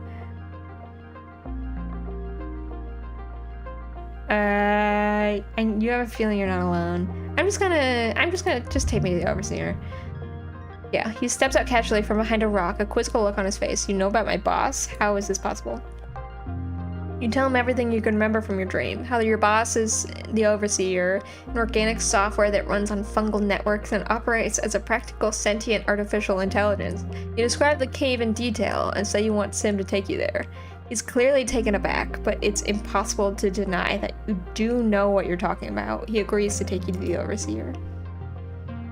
Still a little wary, Sim leads you through the forest, though you know him to be quite quick-witted. He's unusually quiet as you arrive to the cave, just as you remember from your dream. He crouches down to slide into a hidden opening under the root of a tree. You follow, feeling strangely as you crawled into the belly of some animal. You emerge into a cave filled with a hum of strange machinery. A bank of ancient-looking control panels and crystal tank of glowing liquid seems almost to be growing out of a natural rock. Mineral deposits from moisture trickled down the walls have reclaimed some of them. Sim leads you to a console. This is the array, as you seem to already know. This body I wear is only a vessel. My consciousness is stored in the array. I return to it regularly, storing my body in the regenerative tank while I back up what I've learned the day. Physical forms are prone to injury and death. It's temporary, but highly unpleasant. Therefore, the Overseer prefers to remain in the array. Please, take hold of these interface handles. Touch the handles. Is the Overseer a computer? Software would be more accurate. A strange presence speak in your head. Oh yeah. I remember this part. You can feel the Overseer pause, then a sensation in your mind that reminds you of something clearing their throat. I'm the Overseer. I speak for the gardeners. I will show you what we are. I already know all this. Yeah. Okay. We're just going right through this. We don't need any information. We don't need these cutscenes. We're pressing the like skip cutscene button essentially. You quickly describe what you remember from your dreams. You've been here in a previous life. You've heard about the gardeners, their origins, and their mission to protect the planet. You can feel the Overseer's disappointment. Ah, well, then as you already know, most gardeners would prefer to stamp out humans like encroaching weeds. Indeed, we have tried using ecological compliant organic methods. We're impressed at your tenacity to withstand these eradication procedures. The attacks, the famine, the pollen, not randomly naturally occurrences at all, but gardener techniques to encourage the eradication of pests. We've already seen, or is it dreamed, of this meeting, and convinced Symbiosis to bring you to me. You are worthy of at least communication with. Your presence to us is a quandary. You come from the stars, refugees of a catastrophe of your own design, one that you are intent to recreate here on a planet which still bears the scars of the last time it was used carelessly. So we ask, what will we do with you? I'm just a kid. Human can change if you help us. But we teach your kind to be stewards of nature. Perhaps your children take up the mantle as well, and their children. But soon you are dead, as are your children's children. Generations pass. No one alive remembers the time the gardeners came to the humans and taught them the proper ways to live. Now there are too many of you to teach, and your behavior too entrenched. What then? Genocide? You have no answer. Oh, 12. That's an excellent card. So, like, I'm supposed to be here way later in the game, obviously. So this card is way overpowered for what we're actually doing. Eventually, the Overseer speaks into your mind one last time. For now, you may leave freely. We will consider your quandary, and we will monitor you and the other humans. There you have it. Sim murmurs that is my boss. Your boss needs to get out more. Sim huffs. I think he's afraid to laugh. And now you know how to connect to the array, but you should not come here unless I am with you. Sim takes your hand and looks at you solemnly. When you interface with the array, you hold everything we are in your hands. It took a great deal of negotiation to convince my fellow gardeners to trust you with this power. Please, do not prove this trust mistaken. You don't even know me at all. I brought you a gift. You want a log? He likes them. Yay. He examines your gift in great details. Remarkable. Just remarkable. You're truly the most thoughtful gift giver. I've enjoyed your presence to the fullest. You're welcome. I need to look at him closer. Spy on a friend. It's only fair that you observe him. You pretend to leave, then double back and watch him from a short distance. You hope you'll see what he does when you aren't around. Sim looks like a human, if an alien had to draw a human entirely from written description. Too tall, too long, his eyes too black, his whole posture too weirdly attentive. His hair is the most interesting part, so perfectly kept for someone who seems to live in the wilderness, and sometimes you swear it moves in ways that hair shouldn't. Like the first time you saw a time-lapse video of a flower turning towards the sun. Perception. You like what you see, Sugarbug? Yes, of course, you see. Sim smiles coyly. Good, he replies. He tosses his long hair over your shoulders and extends his hand, bearing himself for your inspection. It is not a crime to be curious. Why, I find myself very curious about you. You look your fill now that he's offered. You find yourself constantly drawn back to the deep silver eyes and the hypnotic motion of his hair. But within moments, you find yourself more relaxed. Do not be alarmed. I have the ability to introduce a mild sedative effect in organic creatures. I find it useful in reducing the cortisol levels so that I may tend to them more easily. If you find it soothing, I may be happy to use it on you at your request. So you can use Sim to reduce your stress level, is basically what that means.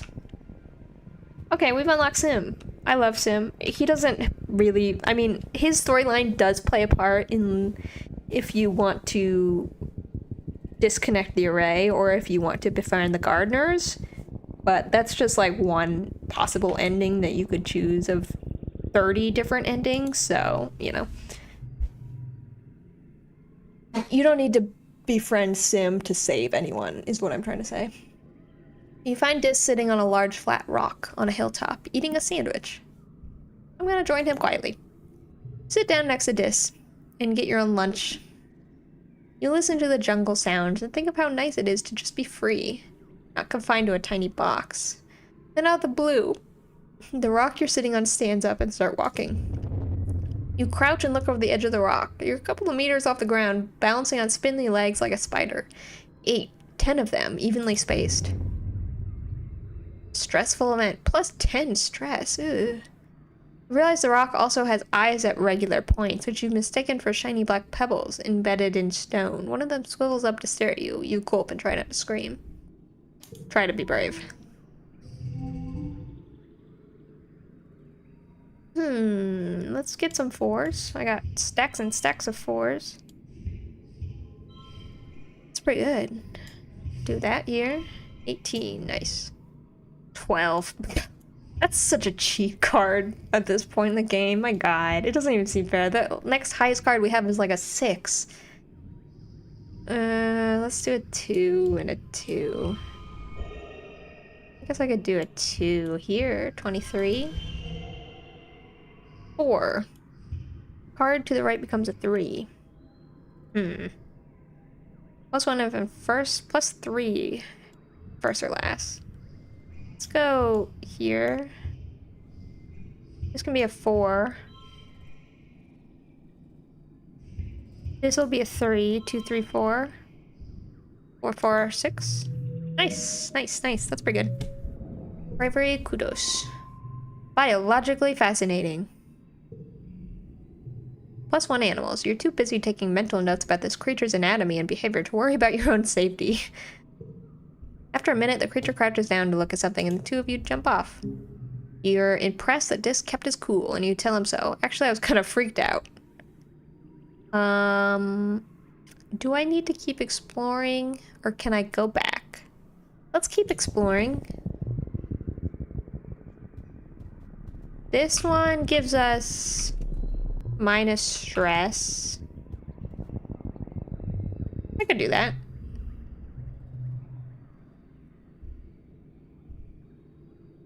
I don't need to do the challenge, so I'm just gonna do the stress event. Egg! Got so many goodies. Oh, I love that. Perception? Don't need you. What about you? Small bugs. Touch one. You touched it. I like that event. Is that a person? Oh. Oh, okay. Sorry, Sim. I won't go that way. My bad. Figure out what's wrong with her. I can do this for real this time. Milk. +1 animals. She'll have a chance to get better on her own. Let's spit seeds. Oh, sim materials out of the trees. Hey, Solana, is that new? Oh, what are you doing? Bends down and picks up a small black pip. Is this a seed, correct? Solana, this is an earth plant. Doesn't belong here. Not to play park ranger, but it's my job after all. I'm sorry. +1 perception. You promised him you'll pay more attention next time. Sorry. Sorry, Sam. I didn't realize. Just a silly child. Animal challenge. Sure. We're really picking and choosing which challenges we're doing at this point. Card becomes a 2.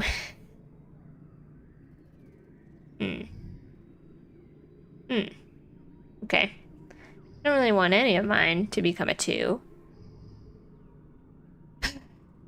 Let's... Yeah, I don't want that one.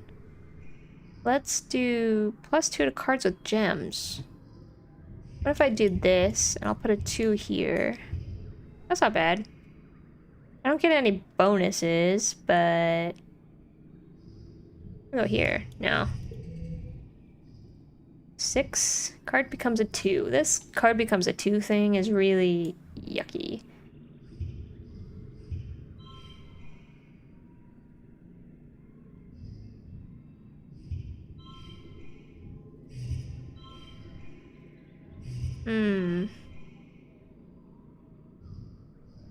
Fives.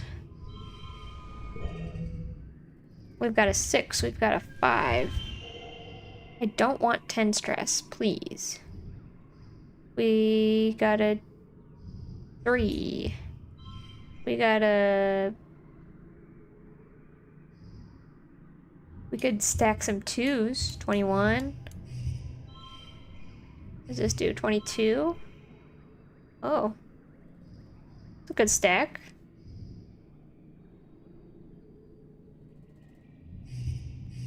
Okay, 22.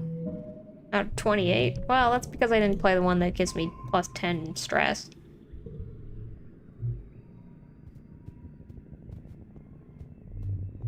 Hello, little hop-eye.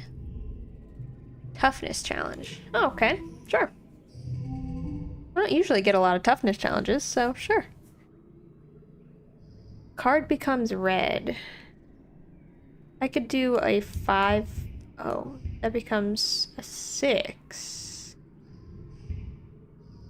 What if I do a 4? No.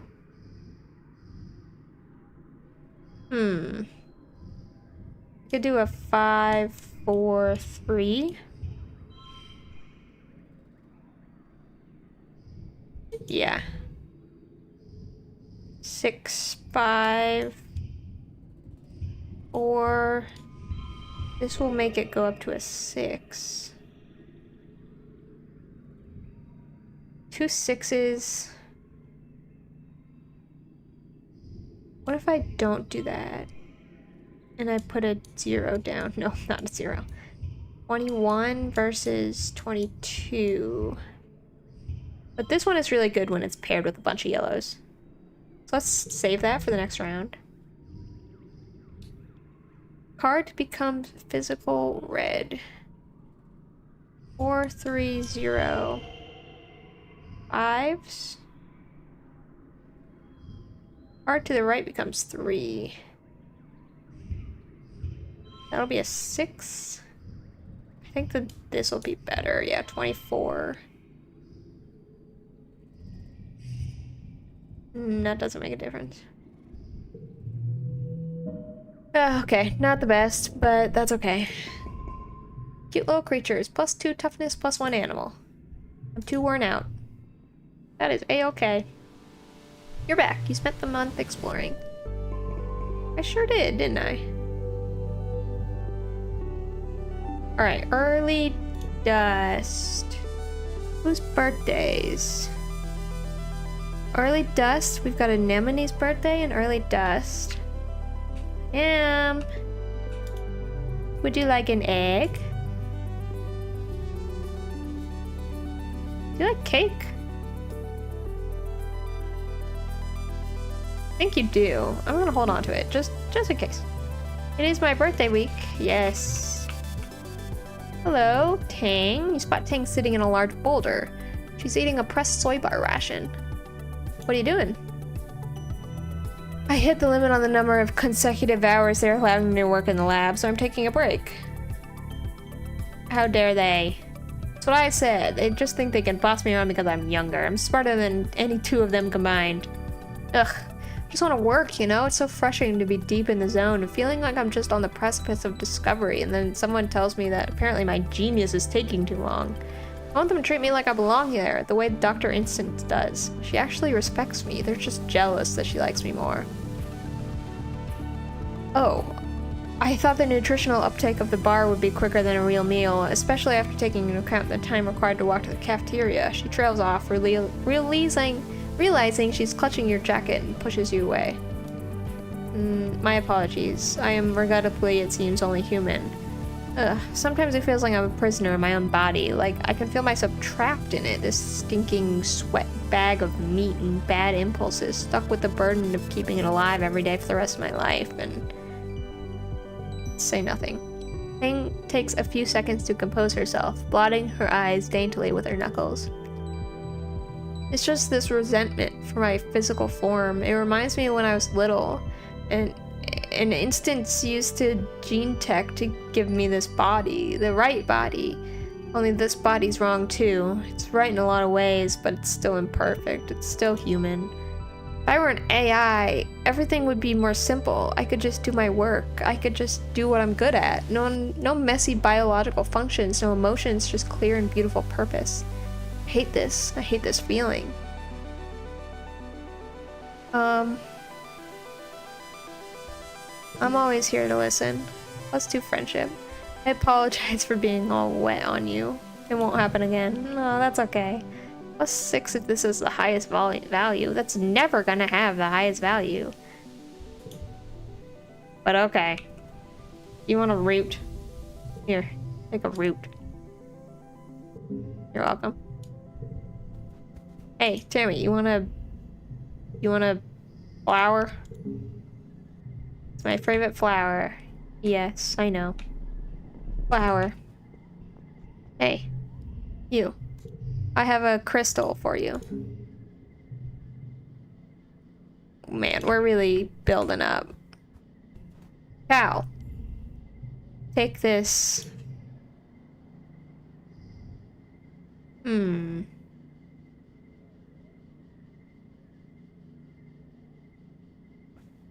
Take this fruit. Hello, mother. What's up? Solana, come here. Come spend some time with your mom and pop. How's your day been? It's fine. Our fearless explorer made any friends with any alien life forms? Your face goes on a journey. Friends with any what? Do they know about Sim? How could they? You know, like the little hop eyes that sneak in, or a blip bug. Oh, those kind of aliens. You thought for sure they were talking about Sim, but hey, while they're at it. Nope. No one. Your mom and dad nod and go back to their conversation. You sit for a while and share the canteen. It's iced black tea. You're not supposed to drink it because it makes you feel kind of buzzy, but it makes the rest of the afternoon fly by. Hey there. You and Dis are sitting on the tailgate of one of your expedition vehicles, shelling bobbers seeds with your teeth and spitting the hard bits on the ground. Now and then, one of you points out something funny a passing surveyor does, or spots something under a mush tree. The easiest way to talk to Dis is by not talking at all. Dis has always been like that. Being isolated from the kids has made him thoughtful. Out of everyone, you think Dis might understand about Sim and being able to keep a secret. Yes, we do tell him about Sim. You tell Dis you saw something interesting when you're out on an expedition. Dis perks up immediately, turning to look at you. What? I met an alien. His jaw drops and his face goes an interesting color. You're worried for a moment that he's going to be upset. No way, but I met an alien too, Solana was. You're like us, but an alien? Describe Sim. His long dark hair, his big eyes, his faintly purple skin, the way he never seems to answer any of your question. Just stares at your face. Wait, you met Sim too? He said he met another human girl, but he didn't say who it was. It was you this whole time. He made me swear I wouldn't tell anyone. He said that if other humans know about him, bad things will happen. So we can talk about Sim, but we have to keep it a secret. I met the overseer. No, I don't think I'm gonna throw him right off the deep end. How do you think he's so good at hiding? I saw him turn into a tree once. That's silly, right? What do you think he eats? I've never seen him eat. Maybe he eats plants. Always barefoot. Maybe he sucks it up through the bottom of his feet. Okay, it'll be our secret. Good. Good. You go back to shelling bobber seeds in silence. Would you like an egg in this trying time? Take. They're so colorful. Yeah, it's true.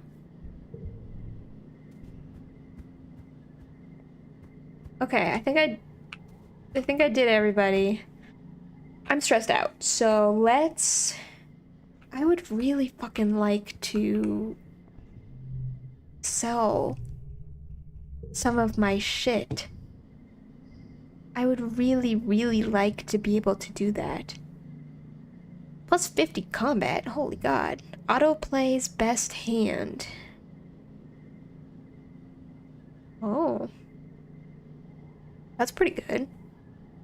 -2 to cards. 200. I do have 200. +5 biology, +1 to straights. This would mean that I could always get my bonus points when I get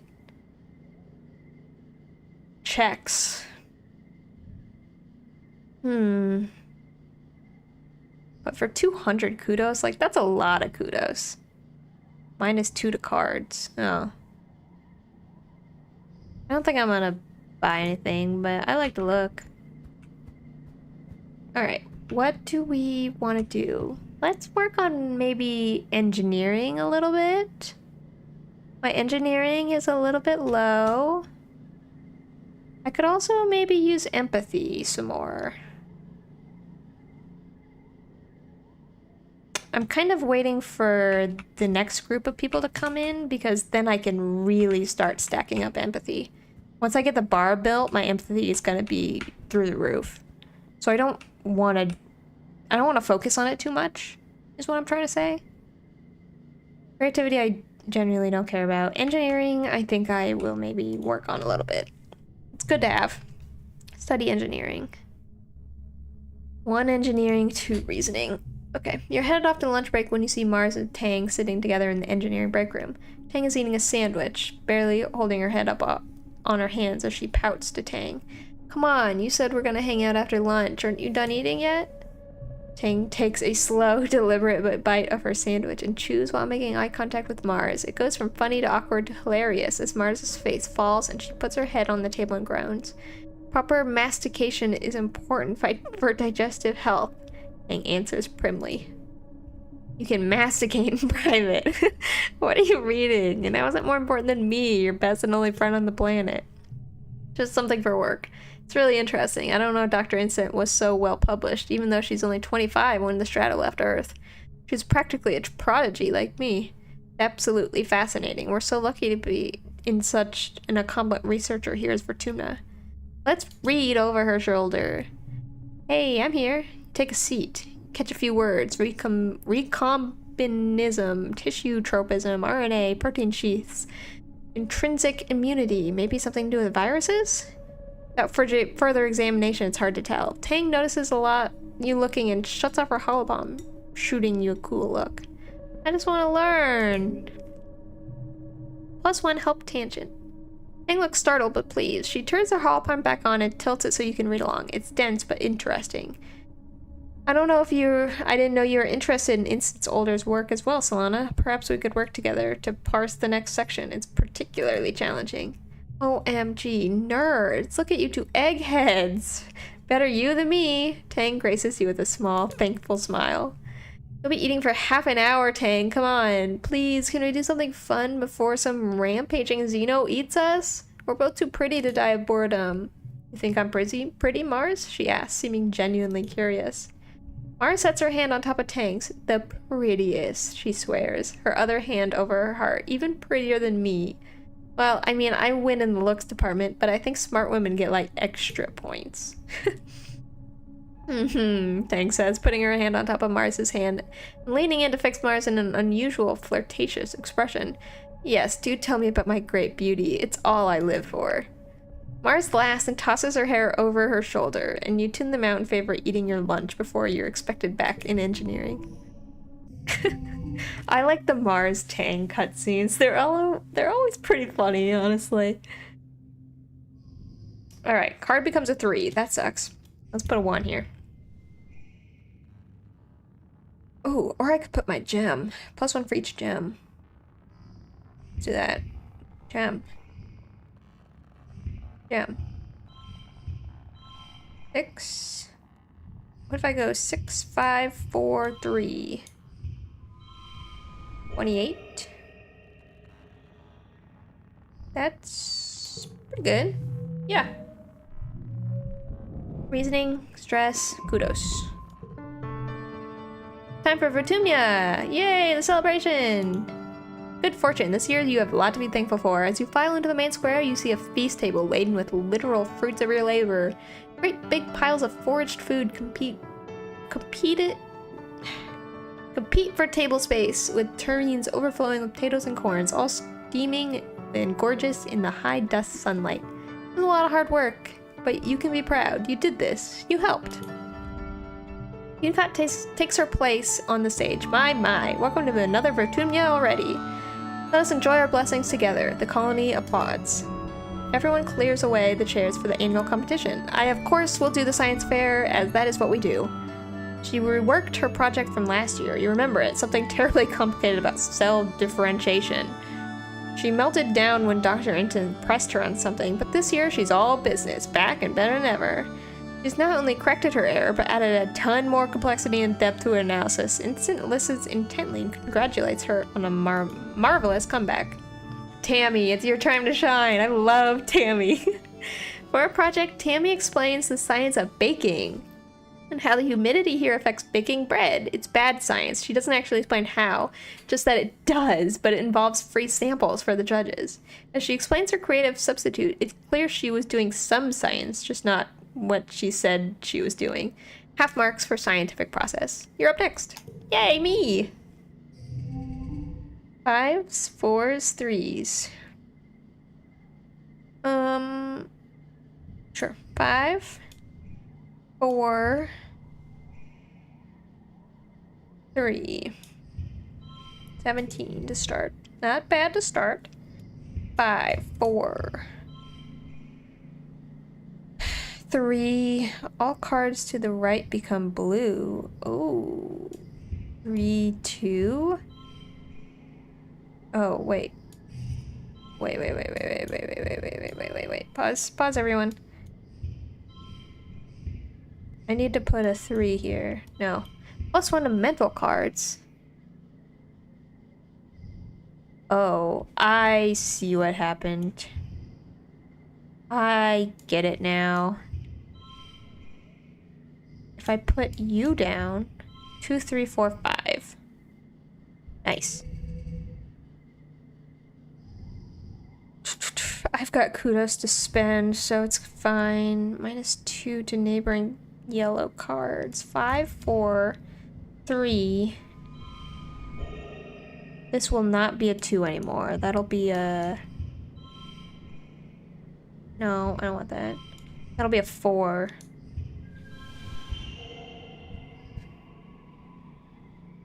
I don't really want that. What if I go 3, 4, 5?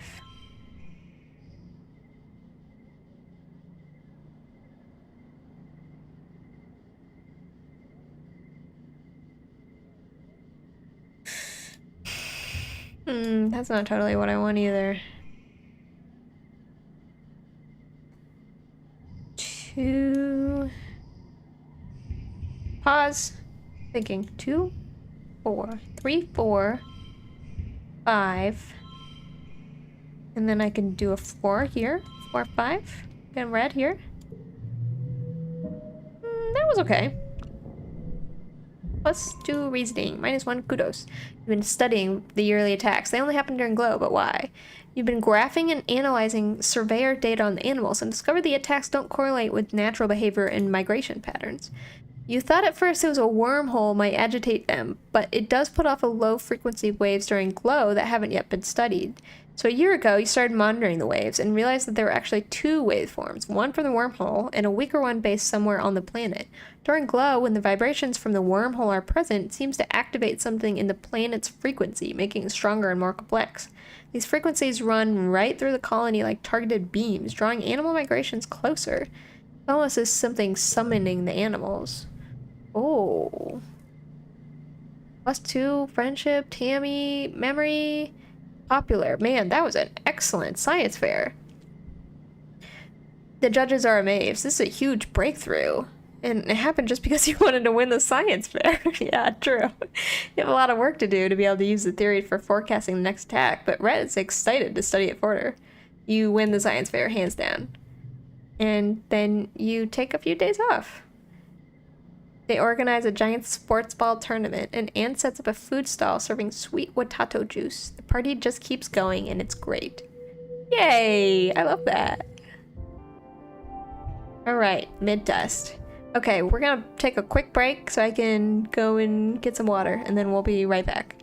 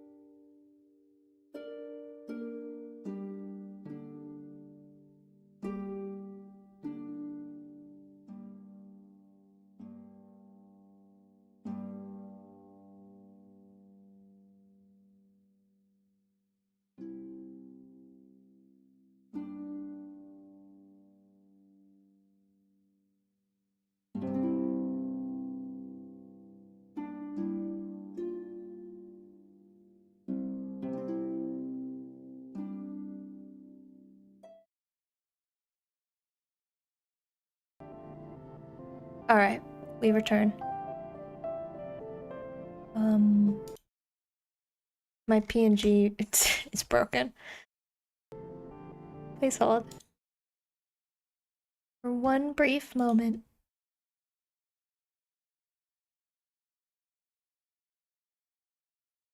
There we go. Now we're good again. Okay. Trying to think what I want to prioritize next. We've kind of, the thing is, we've done the goal of saving everyone. Everyone is effectively saved at this point, except for Unicott, but we'll do that glow of this year, and it's like one of the easiest ones to do, if I'm being honest. So I think I want to just keep getting friendship with everyone, and then I think next year is when the other half of the colony joins us, and then we'll have new people to get friends with. Did I give gifts out already? Yeah, I did. What season am I in? Dust. The only person's birthday in Dust is Anemone, so we're good on that front.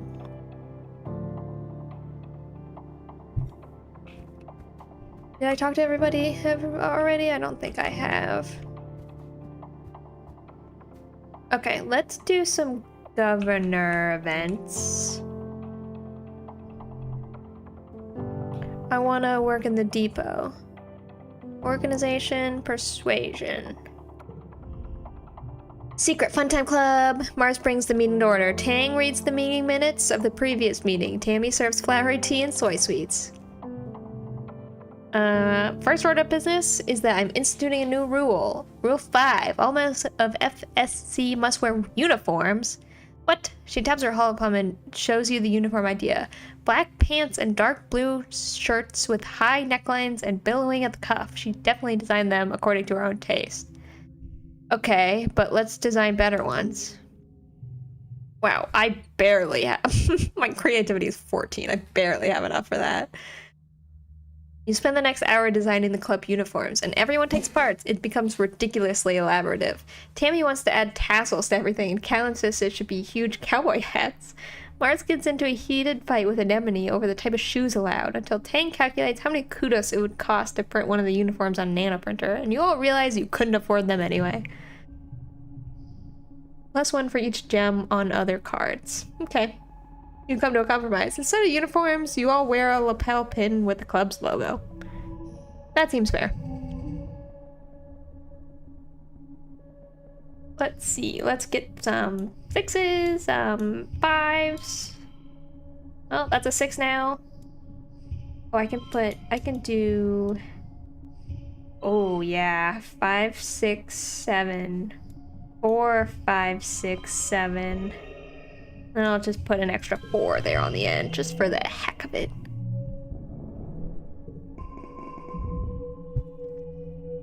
Mid-dust. Late dust. I think maybe it's time for another expedition. I'm really just going on expeditions at this point to talk to Sim. My friendship with Sim is already at 40. Sim is the easiest one to get friendship with. He's so straightforward. So maybe I'll just do that now. Well, it doesn't really matter. Maybe I'll wait until my next low stress day. Yeah, I'll wait until my next low stress day and I'll go do that. For now, let's go work on... What do I need for you? What's your next event? 40? That's unfortunate. Let's get some more biology, I think. I could tutor children. Reasoning and empathy. Oh, reasoning is actually really good to have. Let's do that. Yeah. Slana, you made it. Everyone, you know Slana. She's here to help you with your classwork, so don't be afraid to ask her if you're stuck on something. Thanks for helping out. Some kids are here because they need a little extra help. Others because they work best with a partner. No judgment. There are lots of different ways to learn in the classroom. You settle in to help the younger students learn how to use their holopalms to access the HoloNet, Congruent's massive database. Congruence has everything they could ever need. Music, movies, games, novels, comics, a calculator, a timer, an encyclopedia, textbooks, the colony's social media. It's a massively powerful tool, and it's in their literal hands. They're mostly interested in the games. Some understand it less than others. Why do we gotta read about stuff? Nougat whines, poking dejectedly at her holoscreen. The skin around her newly implanted holopalm looks a little red, like she keeps picking at it. I just want to go play. Let me show you something. That looks infected. Well, let me show you something. You show Nougat how to look up videos about sports ball. She's totally enraptured. Whoa, I could watch people play sports ball in my hand anytime? Turbo! Nougat is 8 and full of energy. The other kids are able to settle down to work on their biology assignments, drawing pictures, but Nougat prefers a more creative approach. You look at her drawings. Nougat's animals all have extra wings or heads or robotic treads, laser turrets, top hats. Some aren't even close to the referenced image. Oh, it's fine. It's being creative. Yes, the Hopeye does look better with a jetpack. Nougat is proud of herself and works diligently on her projects. Yes, the class diorama does look a little eccentric when it's complete, but at this age it's more important to keep a child engaged than it is to teach them academic skills. I hope you're my teacher all the time, Solana. I will not be. I'm sorry. I've come here once. Let's put my 12 down. I don't know. 5s. 4s. This will get up to a 7. +1 to card to the right. If I go here, that's like all over the place, but it's fine. Yeah. +6 reasoning. Holy bejeebie. I'm popular. Oh, and I get double kudos. Look at all those kudos. I might just buy that thing that lets me auto-pick the best hand. I've never had so much money in one of my games before. I'm absolutely rolling in money.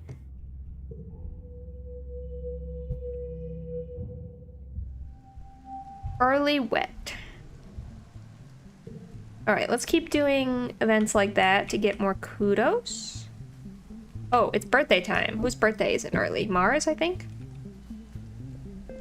Mars! Knock knock, I'm coming for you. Hello, my friend. I know you love a good crystal. You're crystal girly. Perfect, excellent. Alright, let's give out gifts to everybody else as well. Cal, you want bobber fruit? I know you do.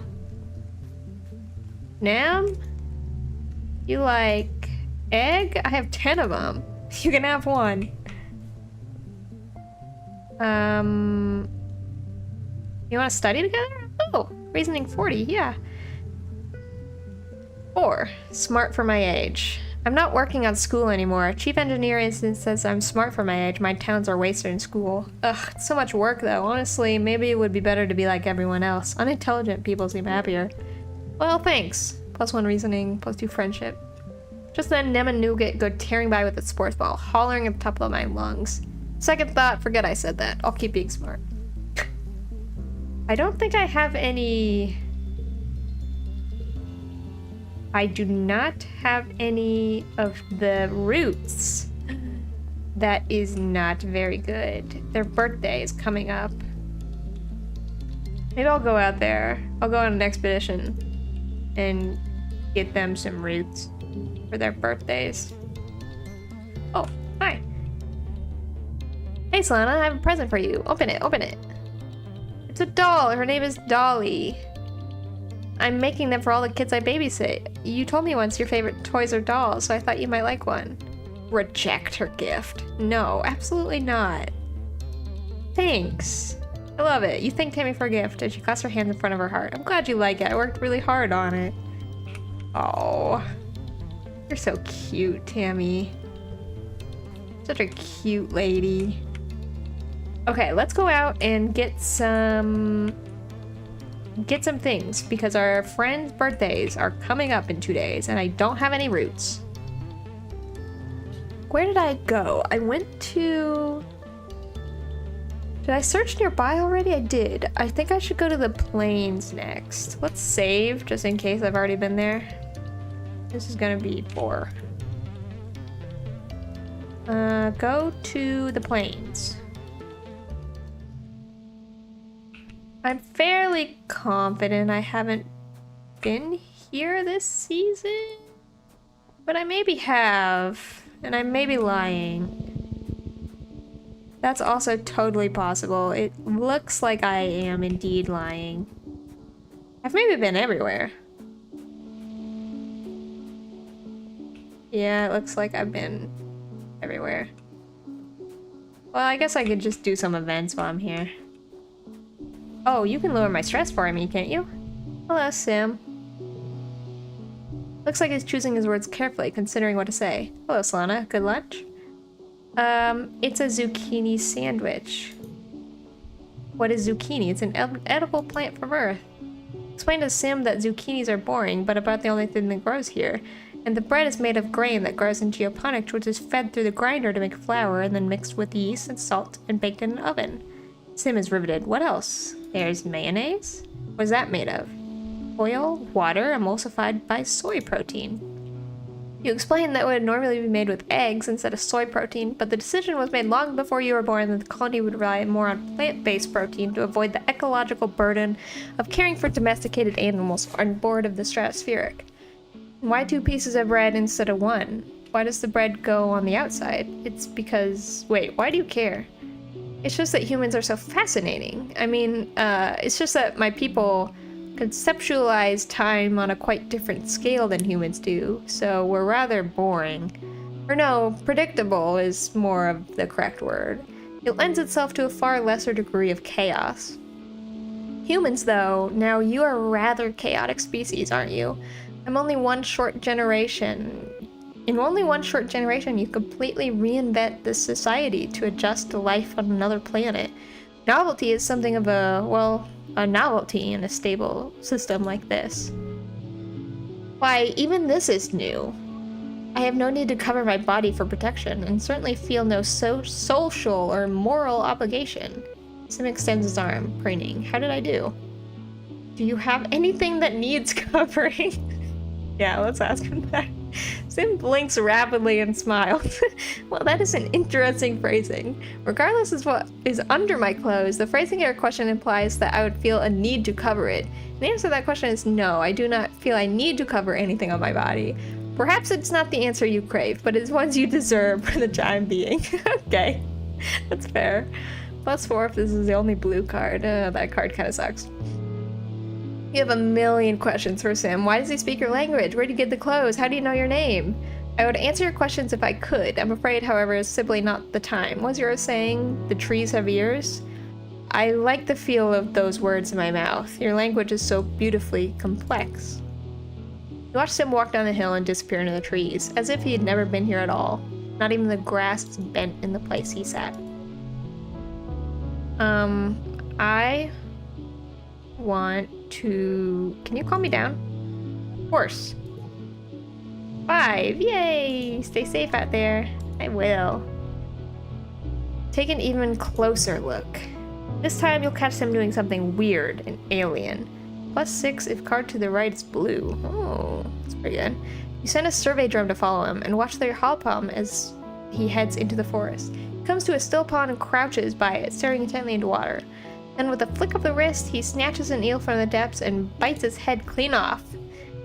Then he looks at your drone and gives you a jaunty wave, as if he knew you were there all along. Wait, does Sim usually eat raw, living animals? Or was he just doing it because he knew you were trying to catch him doing something weird?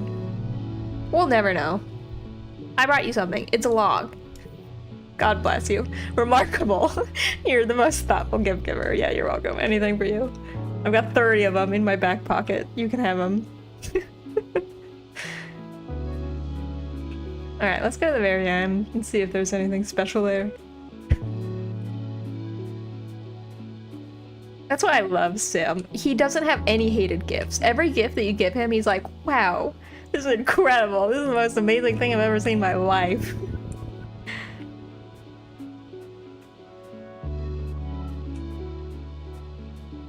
Anything new over here? No, nothing new. It's worth looking. Come on, buddies. We're going back. I know you hopped all the way out here to check me out, but we're carrying on. Alright, what's up with you? Perception. Nope. I am now just sort of stressing myself out enough to not be here anymore. I might as well get the max of it while I'm here.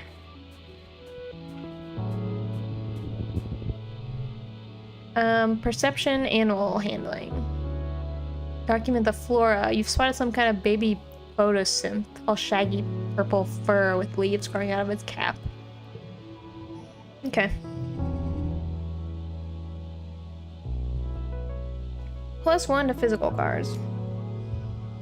5, 4. Oh, this will be a 6.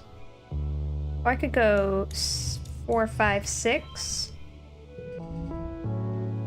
Let's go 3. All cards to the right become 1. Oh, I hate that card. I hate these 2 cards too. I want to really trim down my deck. 3, 3. +1 to blue challenges.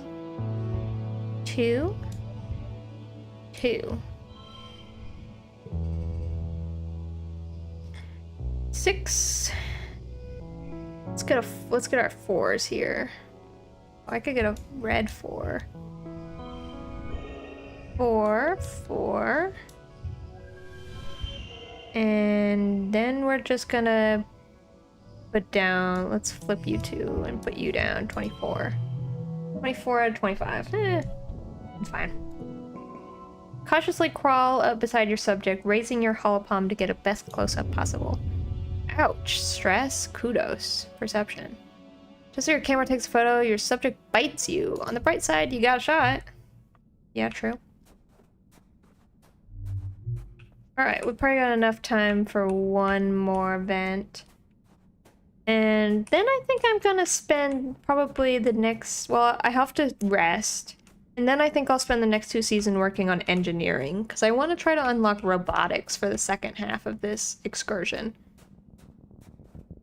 Because one of the pets you get from robotics... I maybe have actually done all of the good events here. Yeah, no, I don't want to do the snow event. I've already got that card. I've got multiple copies of that card, in fact. Yeah, I've done everything here. Alright. Oh, petting your pet? Sorry, what? Please hold. Oh. Oh my god. What do you mean? What do you mean I could do that? Oh. I cannot. I've never. Wow. Okay. That was everything I ever wanted it to be. Yeah, I'm ready to go home.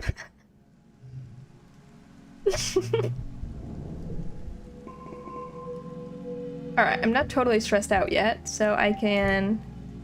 Mid-wet, nobody's birthday is in mid-wet. I didn't find any more roots, unfortunately. But it is what it is. What are all my friendships looking like? Pretty good. Pretty good. Anemone, I need to get up a little bit. Tang and Dis are great. I'm making decent progress. I need to get Anemone and Mars decently high as well. But I'm only 14, so I got time. I need to work on my engineering. Study engineering. Hey, Solana, do you have a moment? You go on expeditions sometimes, right? At least far more than I do, or would ever wish to, so do you mind doing me a favor? Sure. Small thing, really, as I'm to understand it's not terribly dangerous. I simply need you to bring me some hot-eye eggs the next time you come across them. I mean, that's Dis, but well... Why? For science. It's on a need-to-know basis, and you don't need to know. Just bring me some eggs. I'll keep an eye out for them. They're quite common, if the reports of the foragers are to be believed. Yeah, I have like 10 of them in my back pocket. I'll get you some, don't worry. 6, 6, 4, 3, 2. Yeah, that's gonna be the best. Well, almost. Re-engineering. I don't know at what point you unlock robotics. I really don't know. Am I too stressed out to do anything? Yeah. Can I relax over here? I can relax on the wall. I have friendship with this, but I don't really need to build friendship with this. So let's go. Oh, I gotta give out my gifts. Tank likes. I think she likes yellow flowers. +4. Yay! It seems to remember my birthday. You're more beautiful than any flower. Sure, why not? Please don't say that. Thank you for the flower. You're welcome. No problem, girl. You find Tang puzzling over a large holoscreen, making notes on the hollow and frowning over them. As you approach, she gestures to wipe the holoscreen clean and start again. Ugh, Tang, come on, think. Oh, Solana, hello. I'm in the middle of running a simulation on genetic diversity of the next few generations. You're welcome to see it. It will affect all of us, most likely. We have an unusually high amount of hereditary heart disease, no matter how you slice it, she musters. Luck of the draw. We've lost quite a bit more genetic diversity than the original geneticists of the Virtunia project anticipated, and that's not even counting those unwilling or unable to reproduce. Possible to steer the ship out of it, so to speak, but it'll take some purposeful breeding choices, at least for 5 or 6 generations. May I verify? Gives you a curt smile.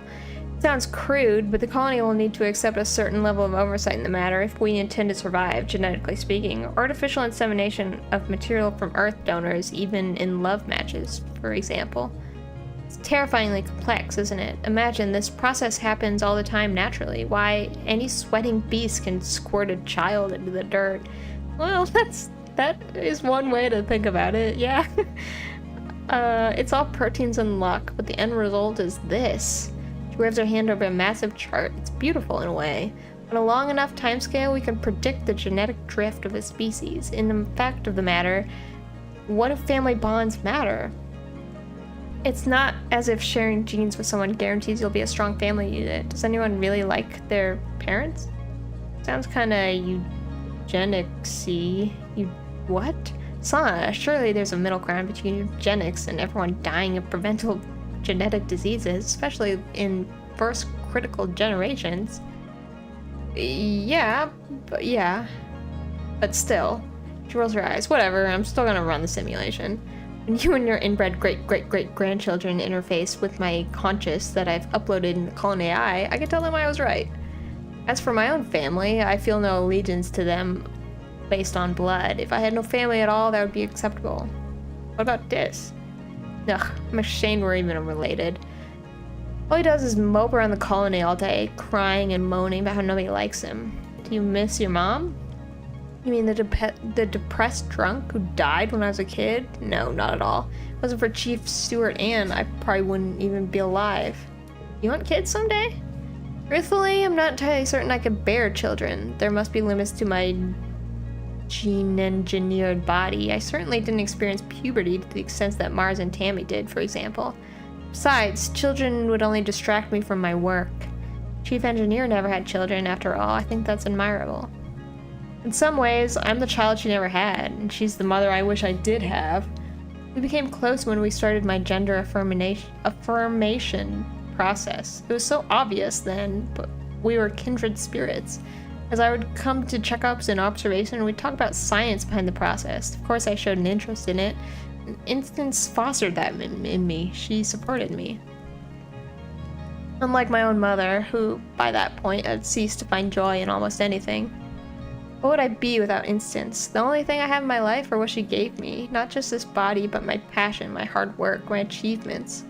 Without her, I would have nothing. I owe her everything. She sounds really important to you. She is, more than anyone. Now if you'll excuse me, I have a legacy to plan.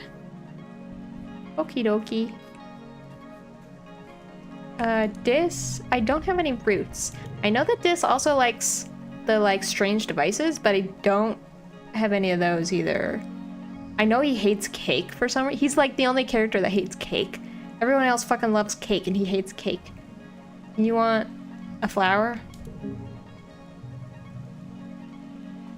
This is nice, thank you. You didn't hate that, so it's fine. Alright, I'm medium level stressed. So let's maybe go hang out here. +1 friendship with Tammy. Yeah, why not? You split your time between watching holovids, listening to music, and studying for class. Occasionally, someone asks you to run an errand for them. You go on long walks. Overall, you spend your month relaxing. You really needed this. You did, didn't I? Oh, get rid of this baby. I hate giggling. Get rid of it. Stupid giggling baby. Alright, it's glow time. Can I give gifts on glow? I can. That's interesting. Here's an egg.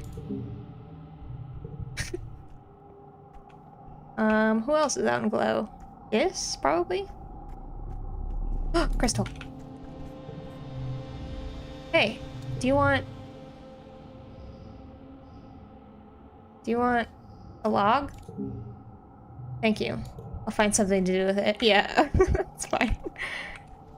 Okay, it must just be those two that are out. Those three. Let's do... Oh, I need to... Let me save. This is the glow where I need to be on the wall, but I'm pretty sure that that's maybe afterwards. I'm gonna try it now.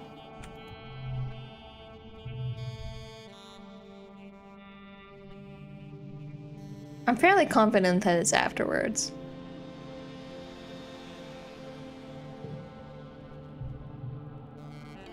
You almost forget how dangerous it is. Yeah, it is afterwards. Okay. I'm going to load. But this glow season, I will go to the wall as my event. Instead, we're gonna study engineering. I want to try to get engineering high enough to unlock robotics. And I'm gonna be honest, I don't know when that is, so I'm just gonna keep going until it happens. You further your engineering knowledge. You're taking a mini class with Chief Engineer Instance on construction and maintenance of holopalms. These devices are engineered bismuth crystals embedded in your palm when you start school. They use the heat and electricity current and the electric current of the human body to power themselves, to talk to each other and connect to the HoloNet. You barely remember the life before yours. Holopalms were commonplace by the time the Vertumna group first formed on Earth. Square bismuth is grown in the labs, so the physical device isn't hard to maintain. It's difficult in its display and touch interface. Instance opens her holopalm, displaying a visible projected screen floating above her palm. As chief engineer, she also has one of the fancier versions that combines with a pair of eyeglasses to superimpose a projection right onto what she sees. The interface relies on plasma voxel generators, which require extremely small components that are impossible to nanoprint. The materials will have to be mined in Vertumna itself.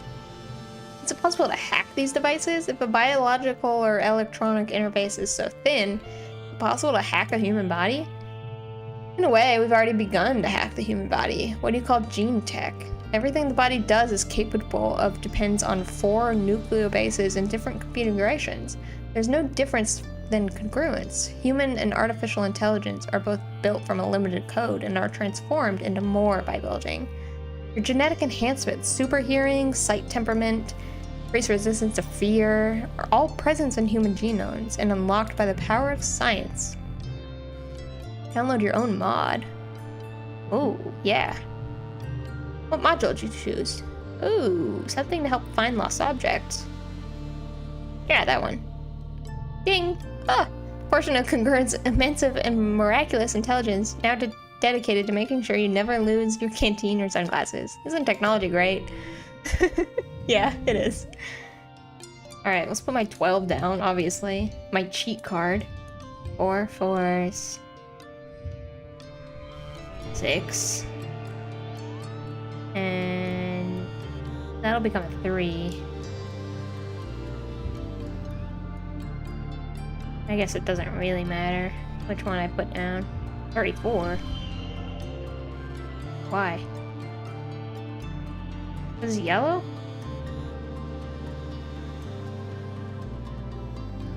I do not understand, but that's fine. What's for engineering? Reasoning stress, okay. Okay. Roar wakes you. It would wake the dead. It shakes the walls, rumbles through the ship's hull, and makes your heart skip a beat. You're paralyzed by a sudden clench of fear in your gut. Through the porthole window, you hear metal screeching and people shouting. Then another roar, guttural and rumbling like the sound of a mountain collapsing. Something enormous is out there. I need to go outside, but I need to go to the governor's place. I need to go help the governor. It has no face. Well, this is kind of its face. In place of a face or even head, its body just unzips, revealing a mass of writhing pink tentacles and blinking eyes, pocketed with jagged, asymmetrical teeth. Stands on 4 enormously powerful legs, each as wide across its tree trunks. Clinging to its back and its thick slug-like tail are clumps of lichen that grow faintly in the night.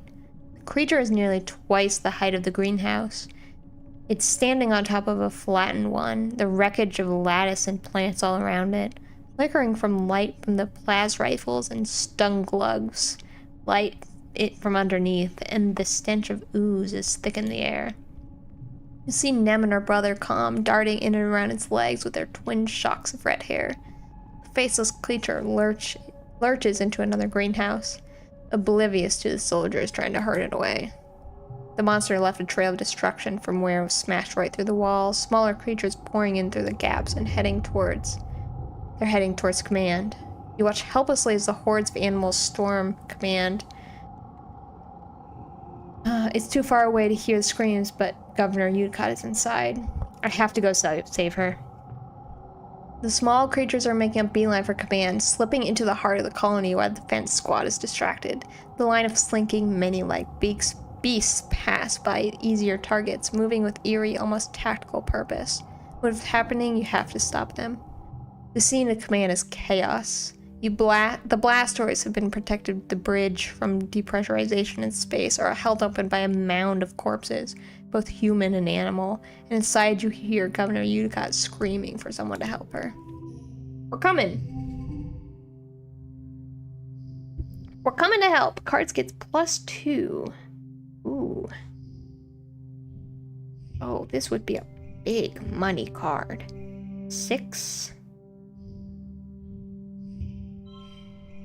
Oh, this will be a 4. No, that'll be a 3 eventually. So if I can get a... What the... Card gets +2. +6. Oh, Christmas.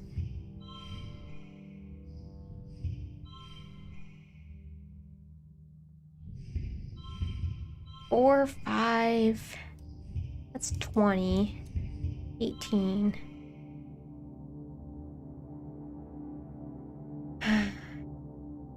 I definitely want to play this card. This one...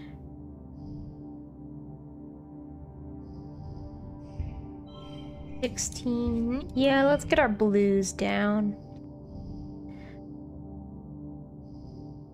Alright, I want you to be a 6, like that.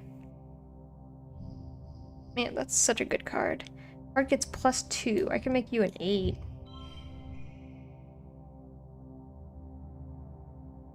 This is like just a totally random smearing of cards. A 12.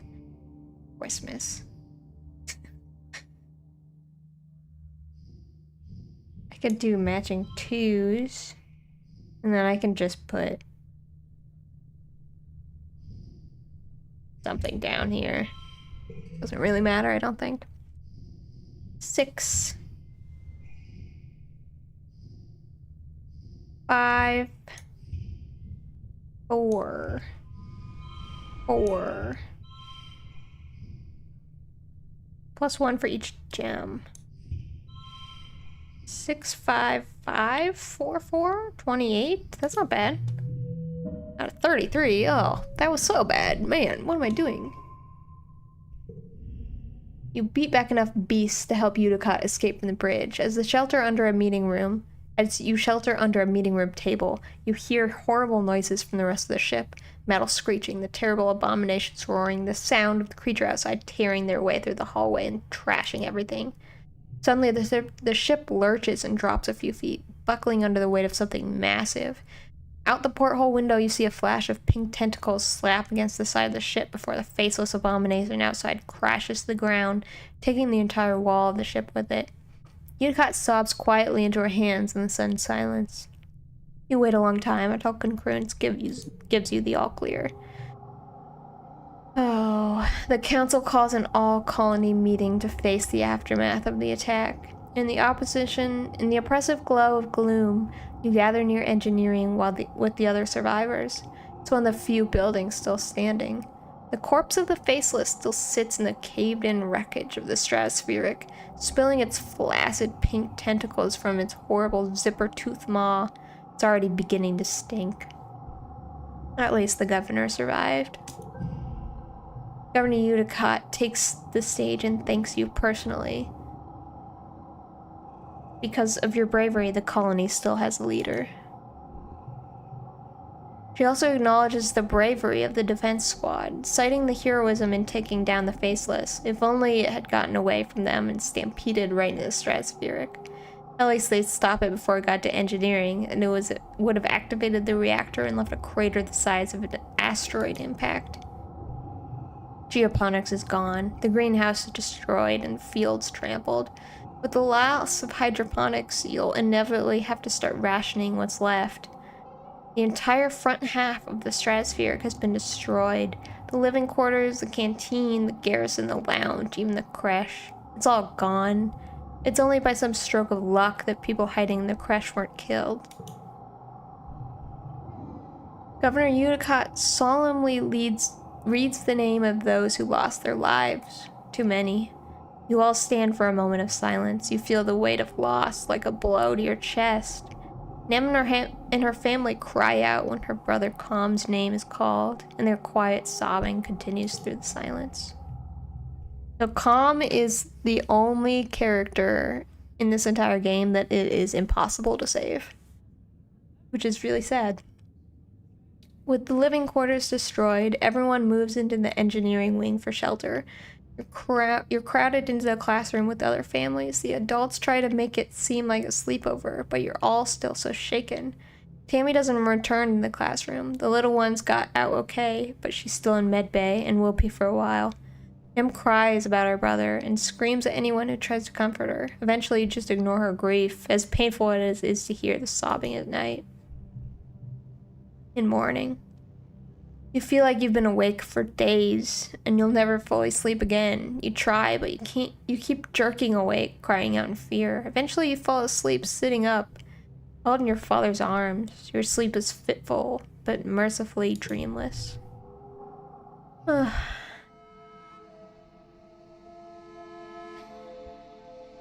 Man, that's probably the most sad season of Glow that there is, because you can't save Calm.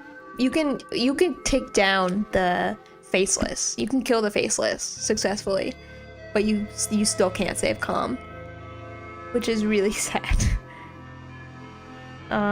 Okay, with that at age 15 now, I think we're gonna pause here for the night. Thank you all for stopping in. I really appreciate it. And I hope everyone has a really great New Year's. It's kind of hard to believe that it's almost 2025, but here we are. Anyway, thank you for stopping.